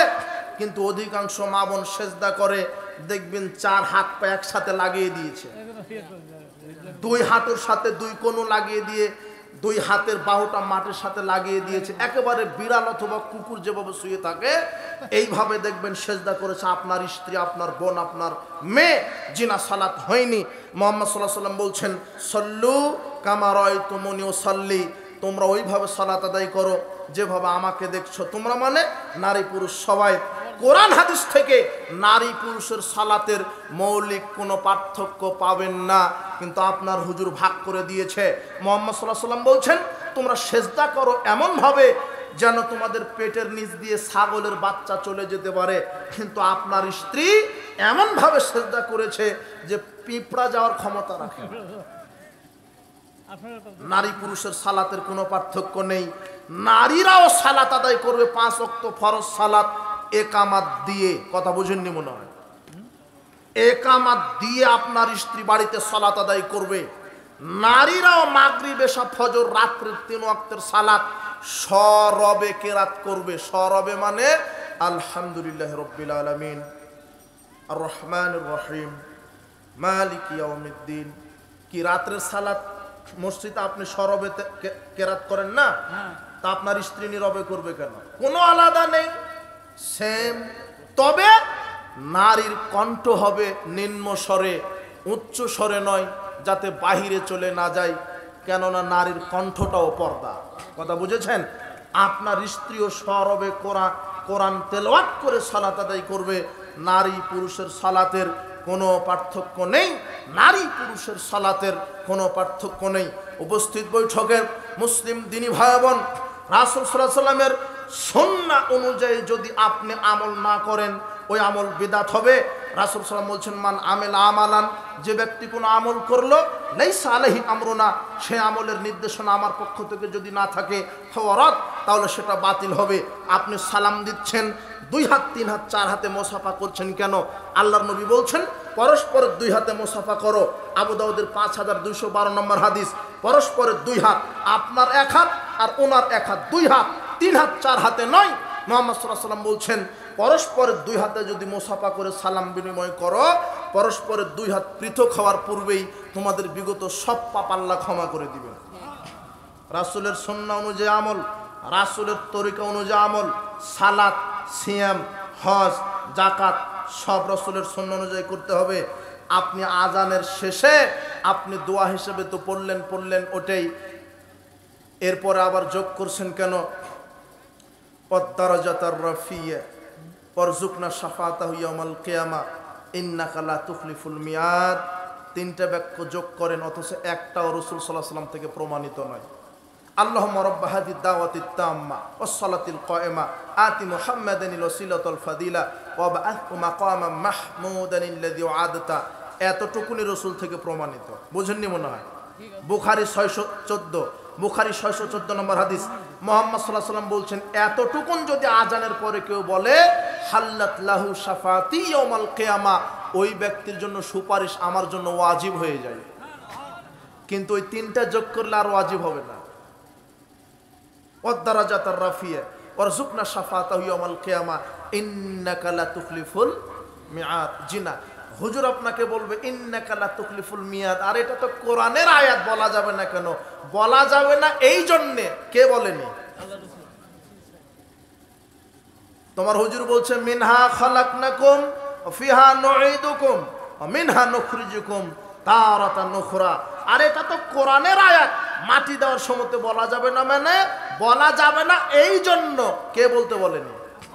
মুহাম্মদ সাল্লাল্লাহু আলাইহি ওয়াসাল্লাম। কথা বুঝেছেন? যে কোনো ভালো আমল করতে হবে বিসমিল্লাহ বলে। সেই ক্ষেত্রে আপনি মাটি দিবেন শুধু কি বলে? বিসমিল্লাহ। বিসমিল্লাহ বলে 3 মুষ্টি মাটি দেন, মাথার দিক থেকে পায়ের দিকে দিতে থাকেন বিসমিল্লাহ বলে। কিন্তু মিনহা খালাকনাকুম যতই কোরআনের আয়াত হোক, মাটি দেওয়ার সময়তে বলা যাবে না, যেহেতু কে বলেনি, বলতে বলেনি। আপনাকে সুন্নাহ বুঝতে হবে, রাসূল সাল্লাল্লাহু আলাইহি ওয়াসাল্লামের তরিকা বুঝতে হবে। শুনেন, যে কোনো আমল, ফর্মুলা, কোয়ালিটি, যে কোনো আমল করতে গেলে 5টি জিনিস দেখবেন। কয়টি? 5টি। যে কোনো আমল করতে, যে কোনো আমলের পূর্বে 5টা জিনিস দেখবেন। 1 স্থান, জায়গা, 2 পরিমাণ, 3 সময়, 4 কারণ, 5 পদ্ধতি। কয়টা? যে কোনো আমল করবেন, ওই আমল করার পূর্বে 5টা দেখতে হবে। প্রথমে কি বললাম? স্থান। স্থান কিভাবে? আপনি হজ করবেন, বায়তুল মুকাররম 7 তবক দিলেই হজ হয়ে যাবে, তাই না? বায়তুল মুকাররমে গেলে 7 তবক দিলে হজ হয়ে যাবে না? বুঝেন আমার কথা, বুঝেন? কেন হবে না? আপনার হুজুর যে বলছে টঙ্গীর মাঠে গেলে হজ, টঙ্গীর মাঠে কেন? টঙ্গীর মাঠে কেন? কাবা ঘর গিয়েও 7 তবক দিয়ে সাফা মারওয়া সাই করলেও হজের এক নেকিও হবে না। মুহাম্মদ সাল্লাল্লাহু আলাইহি ওয়াসাল্লাম বলছেন 1 সেকেন্ডের জন্য হলেও আরাফার মাঠে পা দিতে হবে। কোথায় পা দিতে হবে? আরাফার মাঠে পা না দেওয়া পর্যন্ত 1 তিল পরিমাণ হজ হয়নি। সে জায়গাতে আপনার হুজুর বলছে টঙ্গীতে গেলে হজ। তার মানে হজ করতে স্থান দরকার, কি জায়গা বুঝেন? কিছু বুঝেন? তার মানে কাবা ঘর তওয়াফ করতে হবে, সাফা মারওয়া সাই, এরপরে 1 সেকেন্ডের জন্য হলো কোথায় যেতে হবে? এটা স্থান, এটা স্থান। তোমার হুজুরকে প্রশ্ন করছে যে মক্কা মদিনা থেকে মানুষ টঙ্গীর মাঠে আসে কেন? অবশ্যই কোনো ফজিলত আছে। তখন হুজুর বলছে বাংলাদেশে একটা কিতাব আছে, বই আছে, দাওয়াতে তাবলীগ। এই বইটা সকালে কিনবেন, কেনার পরে 85 পৃষ্ঠা খুলবেন, ওখানে প্রশ্ন উত্তরে বইটা প্রশ্ন লেখা আছে মক্কা মদিনা থেকে টঙ্গীর মাঠে কেন আসে। এখন উত্তরে আপনার হুজুর উত্তর দিচ্ছে, টঙ্গীর হুজুর, তোমার তাবলীগের হুজুর হলো উত্তর দিচ্ছে কি, যে কাবা ঘরে 1 রাকাত সালাত আদায় করলে নেকি হয় 1 লক্ষ গুণ, আর টঙ্গীর মাঠে সালাত আদায় করলে নেকি হয় 49 কোটি গুণ। নাউজুবিল্লাহ বলছেন কেন? লেখা আছে যে। আর তাবলীগের সব হুজুর এটা জানে, ওদের কাছে কাবা ঘরের চাইতে টঙ্গীর মাঠের মর্যাদা কি বেশি। মুহাম্মদ সাল্লাল্লাহু আলাইহি ওয়াসাল্লাম বলছেন কাবা ঘরে হজ বন্ধ হবে, এটা কিয়ামতের আলামত। তোমার এই হুজুর ঠেকাতে লেগেছে যে কাবা ঘরে হজে যেতে হবে না, টঙ্গীতেই হজ। তোমার হুজুরের কি হবে? বাংলাদেশে একটা কিতাব পাওয়া যায়, একেবারে সহি ভেজালে কিতাব, একেবারে সহি ভেজালে কিতাব, সেটা হলো ভেজালে আমল। ওখানে লেখা আছে আদম আলাইহিস সালাম 1000 বার হজ করেছেন, অথচ আদম আলাইহিস সালাম বেঁচে ছিলেন 960 বছর। কত বছর? আর 40 বছর কি করলেন? বছরে তো একটা দিন হজ ফরজ, একবার। তো 960 বছরে 1000 হজ করা যায়? কথা বুঝেননি মনে হয়। কথা কি বুঝেছেন? আশ্চর্য কথা। ফাজাইল আমলের 858 পৃষ্ঠাতে লেখা আছে, লেখক জাকারিয়া লিখছেন যে মুহাম্মদ সাল্লাল্লাহু আলাইহি ওয়াসাল্লাম আব্দুল্লাহ ইবনে জুবায়েরকে বললেন আমার মরা রক্তটা পুঁতে দাও। আব্দুল্লাহ ইবনে জুবায়ের মরা রক্ত পুঁতে রাখার বদলে খেয়ে ফেললেন। মুহাম্মদ সাল্লাল্লাহু আলাইহি ওয়াসাল্লাম বললেন, আব্দুল্লাহ ইবনে জুবায়ের আমার রক্ত কি করলে? তিনি বললেন আমি খেয়ে নিলাম। মুহাম্মদ সাল্লাল্লাহু আলাইহি ওয়াসাল্লাম বলছেন আমার রক্ত যার পেটে যাবে জাহান্নামের আগুন হারাম।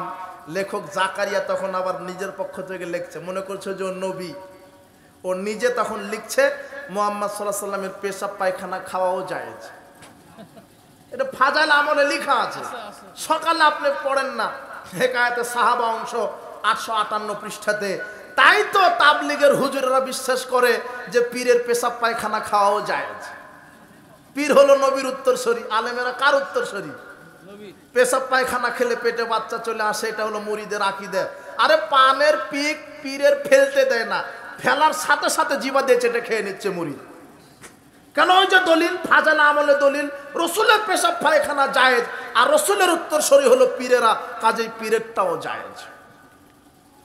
দেখেন সমাজে এরকম ভণ্ডামি চালু আছে, শিরকের নামে, বিদাতের নামে খানকা মাজার পূজা চালু আছে, শিরক চালু আছে, বিদাতে আমল চালু আছে। জিনা বেদাতে আমল ত্যাগ করতে হবে, সালাত আদায় করতে হবে রসুলের তরিকায়, সিয়াম পালন করতে হবে রসুলের তরিকায়, সালাত রসুলের তরিকায়। দেখেন 1 মিনিট সালাতে দাঁড়ালেন নারী পুরুষ, দাঁড়ানো ফরজ, আল্লাহু আকবার বলে তাকবীর তাহরিমা, রাফাল ইয়াদাইন করা সুন্নাত, রাসূল সাল্লাল্লাহু আলাইহি ওয়াসাল্লাম থেকে প্রমাণিত। রাফাল ইয়াদাইনের ব্যাপারে 4 শতাধিকের উপর হাদিস বর্ণিত আছে। কিন্তু তোমার হুজুর ব্যঙ্গ করছে আমরা নাকি এইভাবে হাত নাড়িয়ে নাড়িয়ে সালাত আদায় করি। হুজুর বিদাতি হুজুর এত ভয়ঙ্কর। আরে বেদাতি হুজুর এত ভয়ঙ্কর, আমাদের সালাতকে নিয়ে কটাক্ষ করে, পায়ের সাথে পা মেলানো নিয়ে কটাক্ষ করে, বুকের উপরে হাত বাঁধা নিয়ে কটাক্ষ করে, জোরে আমিন বলা নিয়ে কটাক্ষ করে। অথচ মুহাম্মদ সাল্লাল্লাহু আলাইহি ওয়াসাল্লাম বলছেন যে ইজা আম্মানাল ইমাম ফাআমিনু, ইমাম যখন আমিন বলে কি হবে না।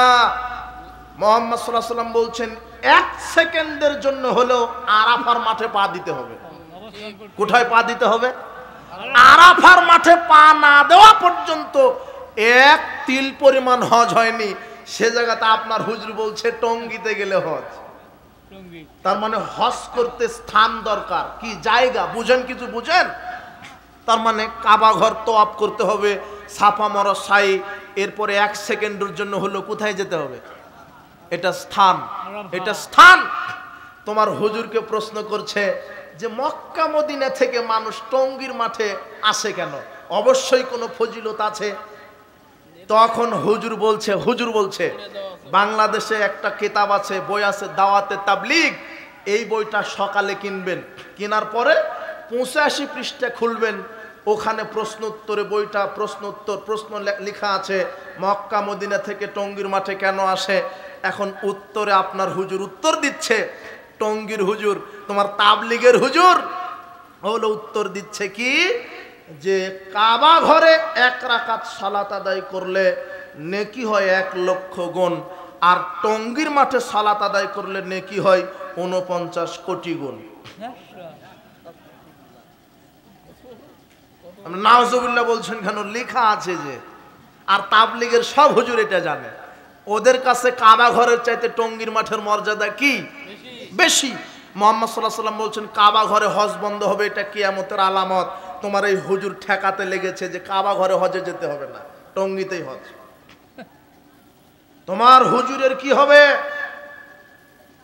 বাংলাদেশে একটা কিতাব পাওয়া যায়, একেবারে সহি ভেজালে কিতাব, একেবারে সহি ভেজালে কিতাব, সেটা হলো ভেজালে আমল। ওখানে লেখা আছে আদম আলাইহিস সালাম 1000 বার হজ করেছেন, অথচ আদম আলাইহিস সালাম বেঁচে ছিলেন 960 বছর। কত বছর? আর 40 বছর কি করলেন? বছরে তো একটা দিন হজ ফরজ, একবার। তো 960 বছরে 1000 হজ করা যায়? কথা বুঝেননি মনে হয়। কথা কি বুঝেছেন? আশ্চর্য কথা। ফাজাইল আমলের 858 পৃষ্ঠাতে লেখা আছে, লেখক জাকারিয়া লিখছেন যে মুহাম্মদ সাল্লাল্লাহু আলাইহি ওয়াসাল্লাম আব্দুল্লাহ ইবনে জুবায়েরকে বললেন আমার মরা রক্তটা পুঁতে দাও। আব্দুল্লাহ ইবনে জুবায়ের মরা রক্ত পুঁতে রাখার বদলে খেয়ে ফেললেন। মুহাম্মদ সাল্লাল্লাহু আলাইহি ওয়াসাল্লাম বললেন আব্দুল্লাহ ইবনে জুবায়ের আমার রক্ত কি করলে? তিনি বললেন আমি খেয়ে নিলাম। মুহাম্মদ সাল্লাল্লাহু আলাইহি ওয়াসাল্লাম বলছেন আমার রক্ত যার পেটে যাবে জাহান্নামের আগুন হারাম। লেখক জাকারিয়া তখন আবার নিজের পক্ষ থেকে লিখছে, মনে করছে যে ও নবী, ও নিজে তখন লিখছে মুহাম্মদ সাল্লাল্লাহু আলাইহি ওয়াসাল্লামের পেশাব পায়খানা খাওয়াও জায়েজ। এটা ফাজাইল আমলে লেখা আছে, সকালে আপনি পড়েন না, হেকায়েতে সাহাবা অংশ 858 পৃষ্ঠাতে। তাই তো তাবলীগের হুজুরেরা বিশ্বাস করে যে পীরের পেশাব পায়খানা খাওয়াও জায়েজ। পীর হলো নবীর উত্তরসূরি, আলেমেরা কার উত্তরসূরি? পেশাব পায়খানা খেলে পেটে বাচ্চা চলে আসে, এটা হলো মুরিদের আকীদা। আরে পানের পিক পীরের ফেলতে দেয় না, ফেলার সাথে সাথে জিবা দিয়ে চেটে খেয়ে নিচ্ছে মুরিদ। কেন? ওই যে দলিল, ফাজাইল আমলে দলিল, রসুলের পেশাব পায়খানা জায়েজ, আর রসুলের উত্তরসূরি হলো পীরেরা, কাজেই পীরেরটাও জায়েজ। দেখেন সমাজে এরকম ভণ্ডামি চালু আছে, শিরকের নামে, বিদাতের নামে খানকা মাজার পূজা চালু আছে, শিরক চালু আছে, বিদাতে আমল চালু আছে। জিনা বেদাতে আমল ত্যাগ করতে হবে, সালাত আদায় করতে হবে রসুলের তরিকায়, সিয়াম পালন করতে হবে রসুলের তরিকায়, সালাত রসুলের তরিকায়। দেখেন 1 মিনিট সালাতে দাঁড়ালেন নারী পুরুষ, দাঁড়ানো ফরজ, আল্লাহু আকবার বলে তাকবীর তাহরিমা, রাফাল ইয়াদাইন করা সুন্নাত, রাসূল সাল্লাল্লাহু আলাইহি ওয়াসাল্লাম থেকে প্রমাণিত। রাফাল ইয়াদাইনের ব্যাপারে 4 শতাধিকের উপর হাদিস বর্ণিত আছে, কিন্তু তোমার হুজুর ব্যঙ্গ করছে আমরা নাকি এইভাবে হাত নাড়িয়ে নাড়িয়ে সালাত আদায় করি। হুজুর বিদাতি হুজুর এত ভয়ঙ্কর, আরে বেদাতি হুজুর এত ভয়ঙ্কর, আমাদের সালাতকে নিয়ে কটাক্ষ করে, পায়ের সাথে পা মেলানো নিয়ে কটাক্ষ করে, বুকের উপরে হাত বাঁধা নিয়ে কটাক্ষ করে, জোরে আমিন বলা নিয়ে কটাক্ষ করে। অথচ মুহাম্মদ সাল্লাল্লাহু আলাইহি ওয়াসাল্লাম বলছেন যে ইজা আম্মানাল ইমাম ফাআমিনু, ইমাম যখন আমিন বলে তখন তোমরা আমিন বলো। ফাইন্নাহু মান ওয়াফাকা তামিনহু তামিনাল মালায়েকা গুফিরা লাহু মা তাকাদ্দামা মিন যামবিহি। ইমাম যখন আমিন বলে তোমরা তখন আমিন বলো। কেন? ওই সমস্ত ফেরেশতারাও আমিন বলে। তোমাদের 3 দলের 3 জনের আমিন যদি একসাথে মিলে যায়, আল্লাহ তোমাদের বিগত সব পাপ ক্ষমা করে দিবেন। জোরে আমিন বলতে হবে, এটাই সুন্নাত। রাফাল আদান করতে হবে, এটাই সুন্নাত। 3 অথবা 4 রাকাত বিশিষ্ট সালাতে 4 জায়গাতে রাফাল আদান করতে হয়। কয় জায়গায়? একবার তাকবীরে তাহরিমার সময়তে, গনেন কয়বার হলো? রুকুতে যাওয়ার সময়তে, রুকু থেকে সামি আল্লাহু লিমান হামিদা বলার পরে একবার। কয়বার হলো? 3 বার। 2 রাকাত শেষে বৈঠকের পরে 3য় রাকাতে যখন উঠলেন তখন আবার রাফাল আদান করে হাত বাঁধা। কয় জায়গায় হলো? 4 জায়গায় রাসূল সাল্লাল্লাহু আলাইহি ওয়াসাল্লাম থেকে প্রমাণিত। কিন্তু রাফাল আদান করার কারণে আমাদের সালাতকে নিয়ে এই প্রতিবন্ধী মাওলানারা ব্যঙ্গ করেনি, এরা হলো প্রতিবন্ধী। জোরে আমিন বলা নিয়ে ব্যঙ্গ করে। শুধু তাই, জোরে আমিন বলার কারণে মসজিদ থেকে বাইর করে দেওয়া হয়েছে, সমাজ থেকে তাকে নির্যাতন করা হয়েছে, আল হাদিসের কত প্রোগ্রাম বন্ধ করা হয়েছে, মসজিদ মাদ্রাসা ভেঙে দেওয়া হয়েছে। এত জুলুম অত্যাচার, এরপরও আহলে হাদিস কোরআন এবং সহিহ সুন্নাহর উপরে কায়েম থাকবে। আপনি বিশ্বাস করেন, আশ্চর্য কথা, আহলে হাদিস তো তারাই যারা কোরআন সুন্নাহর উপরে নিজের জীবনকে দিতে রাজি আছে, শিরক বেদাতের সাথে আপোষ করবে না। আহলে হাদিস তারাই যারা কবর পূজা, মাজার পূজা, খানকা পূজা, পীর পূজা, উসিলা পূজায় বিশ্বাস করে না। মেলাদ, কিয়াম, চেহলাম, ফরজ সালাতের পরে, জানাজার পরে, সভা সমিতির পরে, বিবাহের অনুষ্ঠানের পরে সম্মিলিত মোনাজাত, তাসবিহ দানায় তসবিহ টিপা, কোরআন তেলাওয়াত, সাদাকাল্লাহুল আযীম, আপনার চেহলাম, মেলাদ, কিয়াম, হালুয়া রুটি, এগুলি বিশ্বাস করে না, আমল করে না। কেন? এগুলি রাসূল সাল্লাল্লাহু আলাইহি ওয়াসাল্লাম থেকে প্রমাণিত নয়, রাসূল সাল্লাল্লাহু আলাইহি ওয়াসাল্লাম থেকে প্রমাণিত নয়। আহলে হাদিস ঈদের সালাত 12 তাকবীর আদায় করে, রাসূল সাল্লাল্লাহু আলাইহি ওয়াসাল্লাম থেকে প্রমাণিত। তোমার হুজুর বলছে আমি যদি 2টা ডানা থাকতো মদিনায় উড়ে যেতাম। তোমার হুজুর মদিনায় যেতে চায়, কিন্তু তোমার হুজুর মদিনার আমল করতে চায় না, মদিনার আমল করতে চায় না। এই বেদাতি যারা বাংলাদেশে জোরে আমিন, রাফাল আদান, 12 তাকবীর ঈদের সালাত আদায় করার কারণে মসজিদ ভেঙে দিচ্ছে, মাদ্রাসা বন্ধ করছে, এরা যদি সুযোগ পায় এরা কাবা ঘর ভেঙে দিবে। কোন ঘর ভেঙে দিবে? আচ্ছা, আহলে হাদিসের মসজিদটা ভেঙে দিচ্ছে কেন? অপরাধ জোরে আমিন বলে এরা, আউয়াল ওয়াক্তে সালাত আদায় করে। আরে ওরা আসরের আজান দেয় 4:30টায়, আর আমরা সালাতে আদায় করি 3:30টায়। কথা বুঝেননি মনে হয়। কাজেই ওরা ফিতনাবাজ আহলে হাদিস, মসজিদ ভেঙে দাও। কিন্তু সৌদি আরব, রসুলের দেশ, মক্কা মদিনা, তারাও তো আউয়াল ওয়াক্তে সালাত আদায় করছে, তারা তো জোরে আমিন বলছে, তারা তো রাফাল আদান করছে, তারা তো পায়ের সাথে পা মিলাচ্ছে, তারা তো 12 তাকবীর ঈদের সালাত আদায় করছে। তার মানে এই সেম অপরাধে যদি তারা বাংলাদেশের মসজিদ মাদ্রাসা ভেঙে দিতে পারে, এরা কাবা ঘরও ভেঙে দিতে পারে। এরা কথা বুঝেননি? আর এই হুজুর বলছে আহলে হাদিসেরা মসজিদে নারীকে নিয়ে যায় ধর্ষণ করার জন্য, কিন্তু ওরাই মসজিদে হিল্লার নামে একেবারে হালাল করে ছেড়ে দিল। বুঝেননি মনে হয় কথা? কি শয়তানের পরিকল্পনা আর আল্লাহর মায়ের।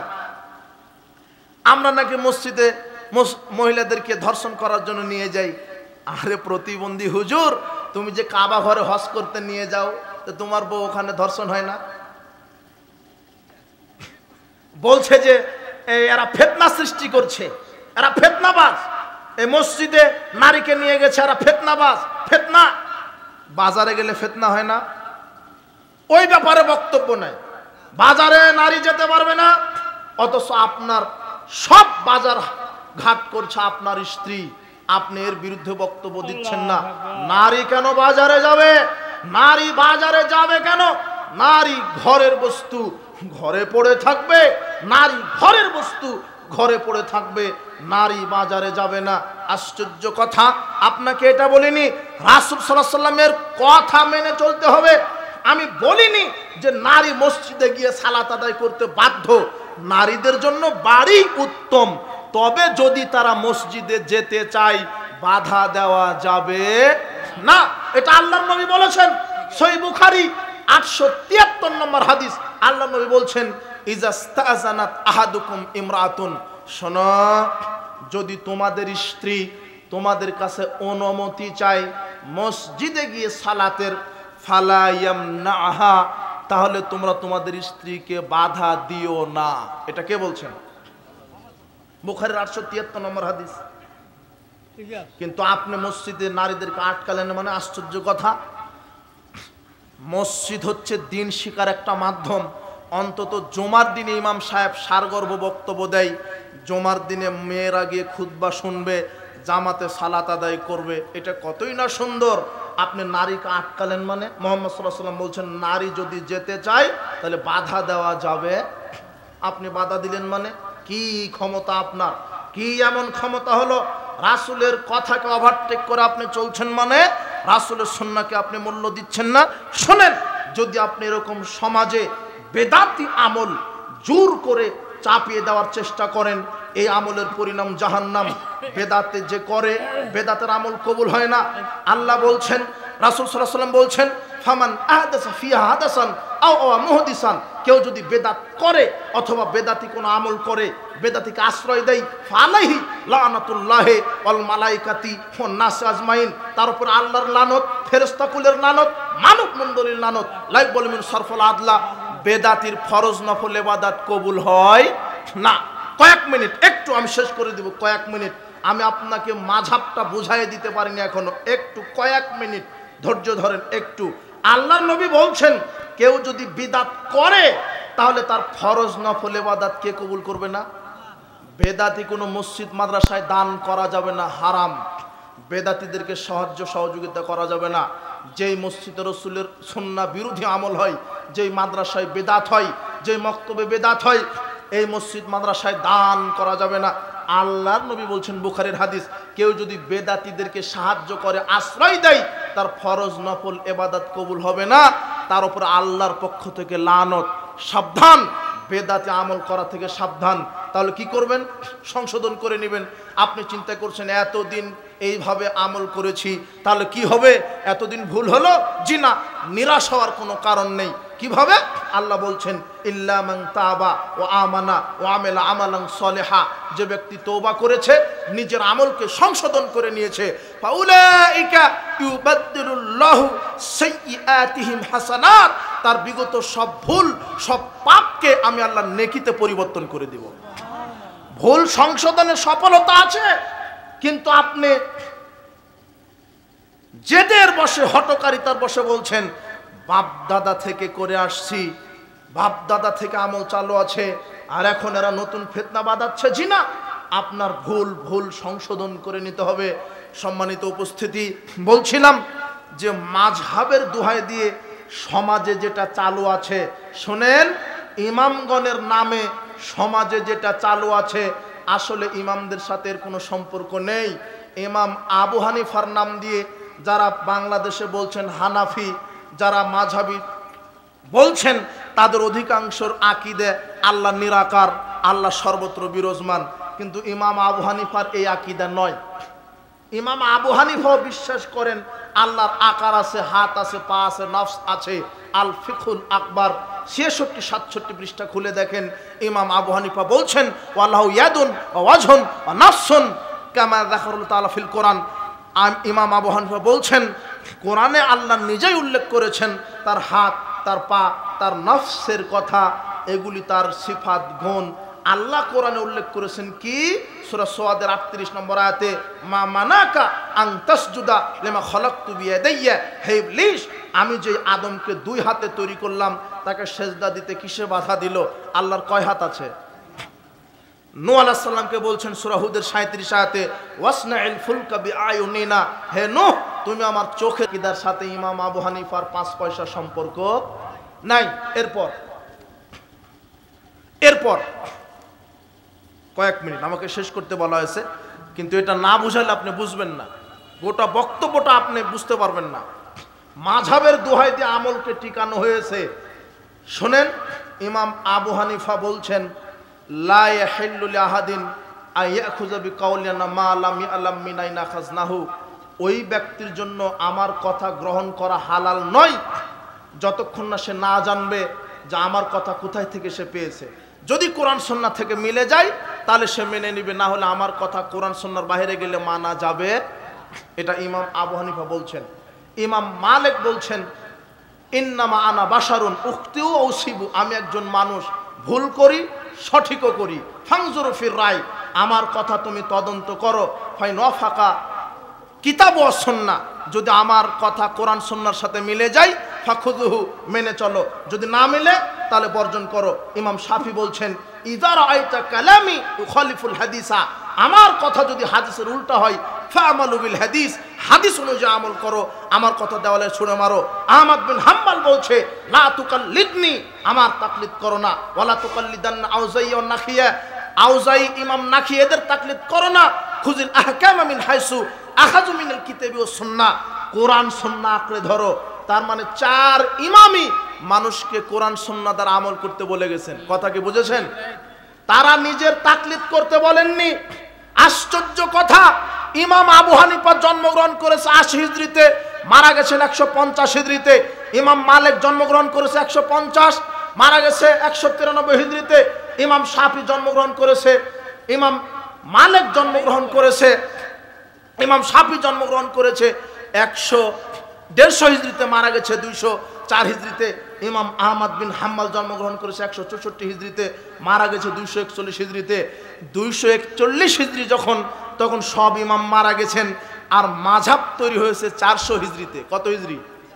241 হতে 400, 241 থেকে 400 হতে 159 বছর লাগে। কত বছর?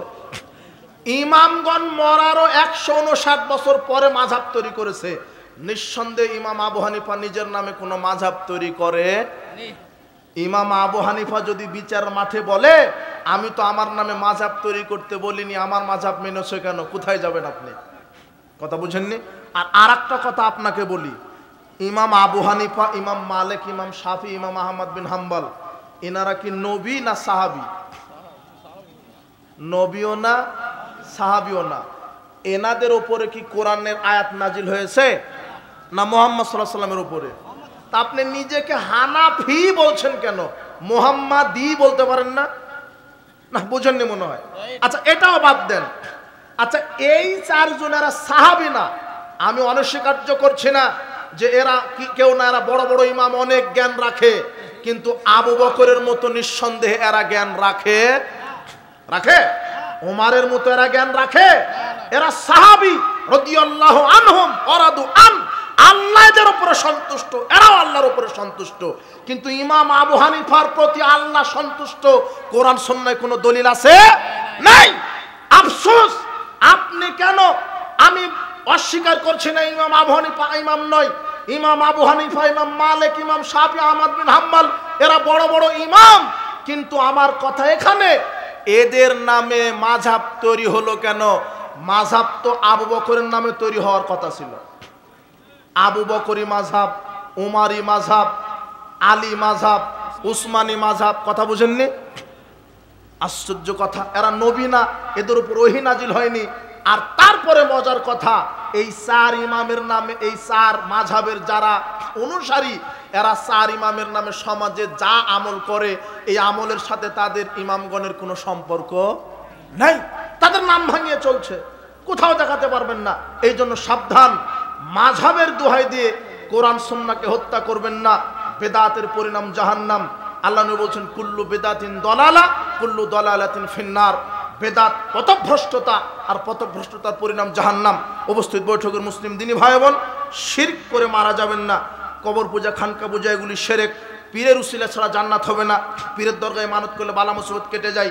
সর্বশেষ কথা, তাবিজ ঝুলানো শিরক। আজকে যদি শরীরে, গলায়, আপনার হাতে, কোমরে তাবিজ থাকে, এখনই খুলে ফেলান। মুহাম্মদ সাল্লাল্লাহু আলাইহি ওয়াসাল্লাম বলছেন মান আল্লাকা তামিমা ফাকাদ আশরাকা, যে ব্যক্তি তাবিজ ঝুলালো সে শিরক করলো। তাবিজ ঝুলানো শিরক, তাবিজ ঝুলানো শিরক।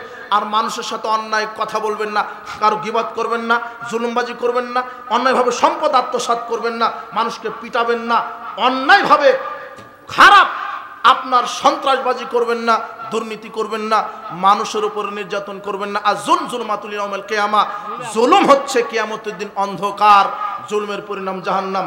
বারাকাল্লাহু ফিকুম। আমি বিষয়টি কতটুকু স্পষ্ট করে করতে পেরেছি জানি না। আল্লাহ সুবহানাহু ওয়া তাআলা আমাদেরকে সুন্নাহ অনুযায়ী রাসূল সাল্লাল্লাহু আলাইহি ওয়াসাল্লামের দলিল অনুযায়ী আমল করার তৌফিক দান করুন। দলিলবিহীন আমলের বিচার মাঠে কোনো মূল্য থাকবে না। উপস্থিত বৈঠকের মুসলিম দিনী ভাই বোন, দুটা জিজ্ঞাসা এসেছে, দ্বিতীয় বিয়ে করতে গেলে কি প্রথম স্ত্রীর অনুমতি লাগে? জি না, লাগে না। মুফতি আমির হামজা মাঝে মাঝে ভুল বক্তব্য দেয়, তার থেকে এলেম নেওয়া যাবে কি? তার থেকে এলেম নেওয়া যাবে না, তার বক্তব্য শোনা যাবে না। তিনি নগদ রসুলের একটা হাদিসকে অস্বীকার করেছে, বলছে রসুল সাল্লাল্লাহু আলাইহি সাল্লামের যে সিনা চাক হয়েছিল এটা নাকি মিথ্যা কথা। তাকে আবার 20 বছর আমি পড়তে বলেছি, আবার 20 বছর পড়বে, পড়ে সে বক্তব্য দিবে। রাসূল সাল্লাল্লাহু আলাইহি সাল্লামের সিনা চাক হয়েছে, বুখারী মুসলিমের হাদিস। আরো অনেক বিভ্রান্তিকর বক্তব্য আছে। তিনি বলছেন যে গোটা কোরআন মাজিদ পড়লাম, সালাত আদায় করলে যে জান্নাতে যেতে হয় এটা কোথাও লেখা নাই। অথচ সূরা মুমিনুনে আছে, মুদাসসিরে আছে, আল্লাহ বলছেন যে সালাতের হেফাজত করবে আমি আল্লাহ তাকে জান্নাত তো দিব, জান্নাতুল ফেরদাউসের মেহমান বানাবো। কথা বুঝেছেন? এই বিভ্রান্তিকর আলেমদের বক্তব্য শুনবেন না।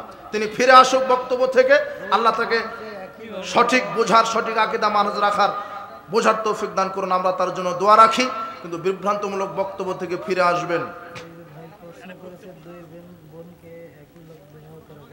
দুই বোনকে একসাথে বিবাহ করা জায়েজ নেই। যদি একজন মারা যায় সেই ক্ষেত্রে দ্বিতীয় বোনকে একসাথে রাখা যাবে না, এটা হারাম।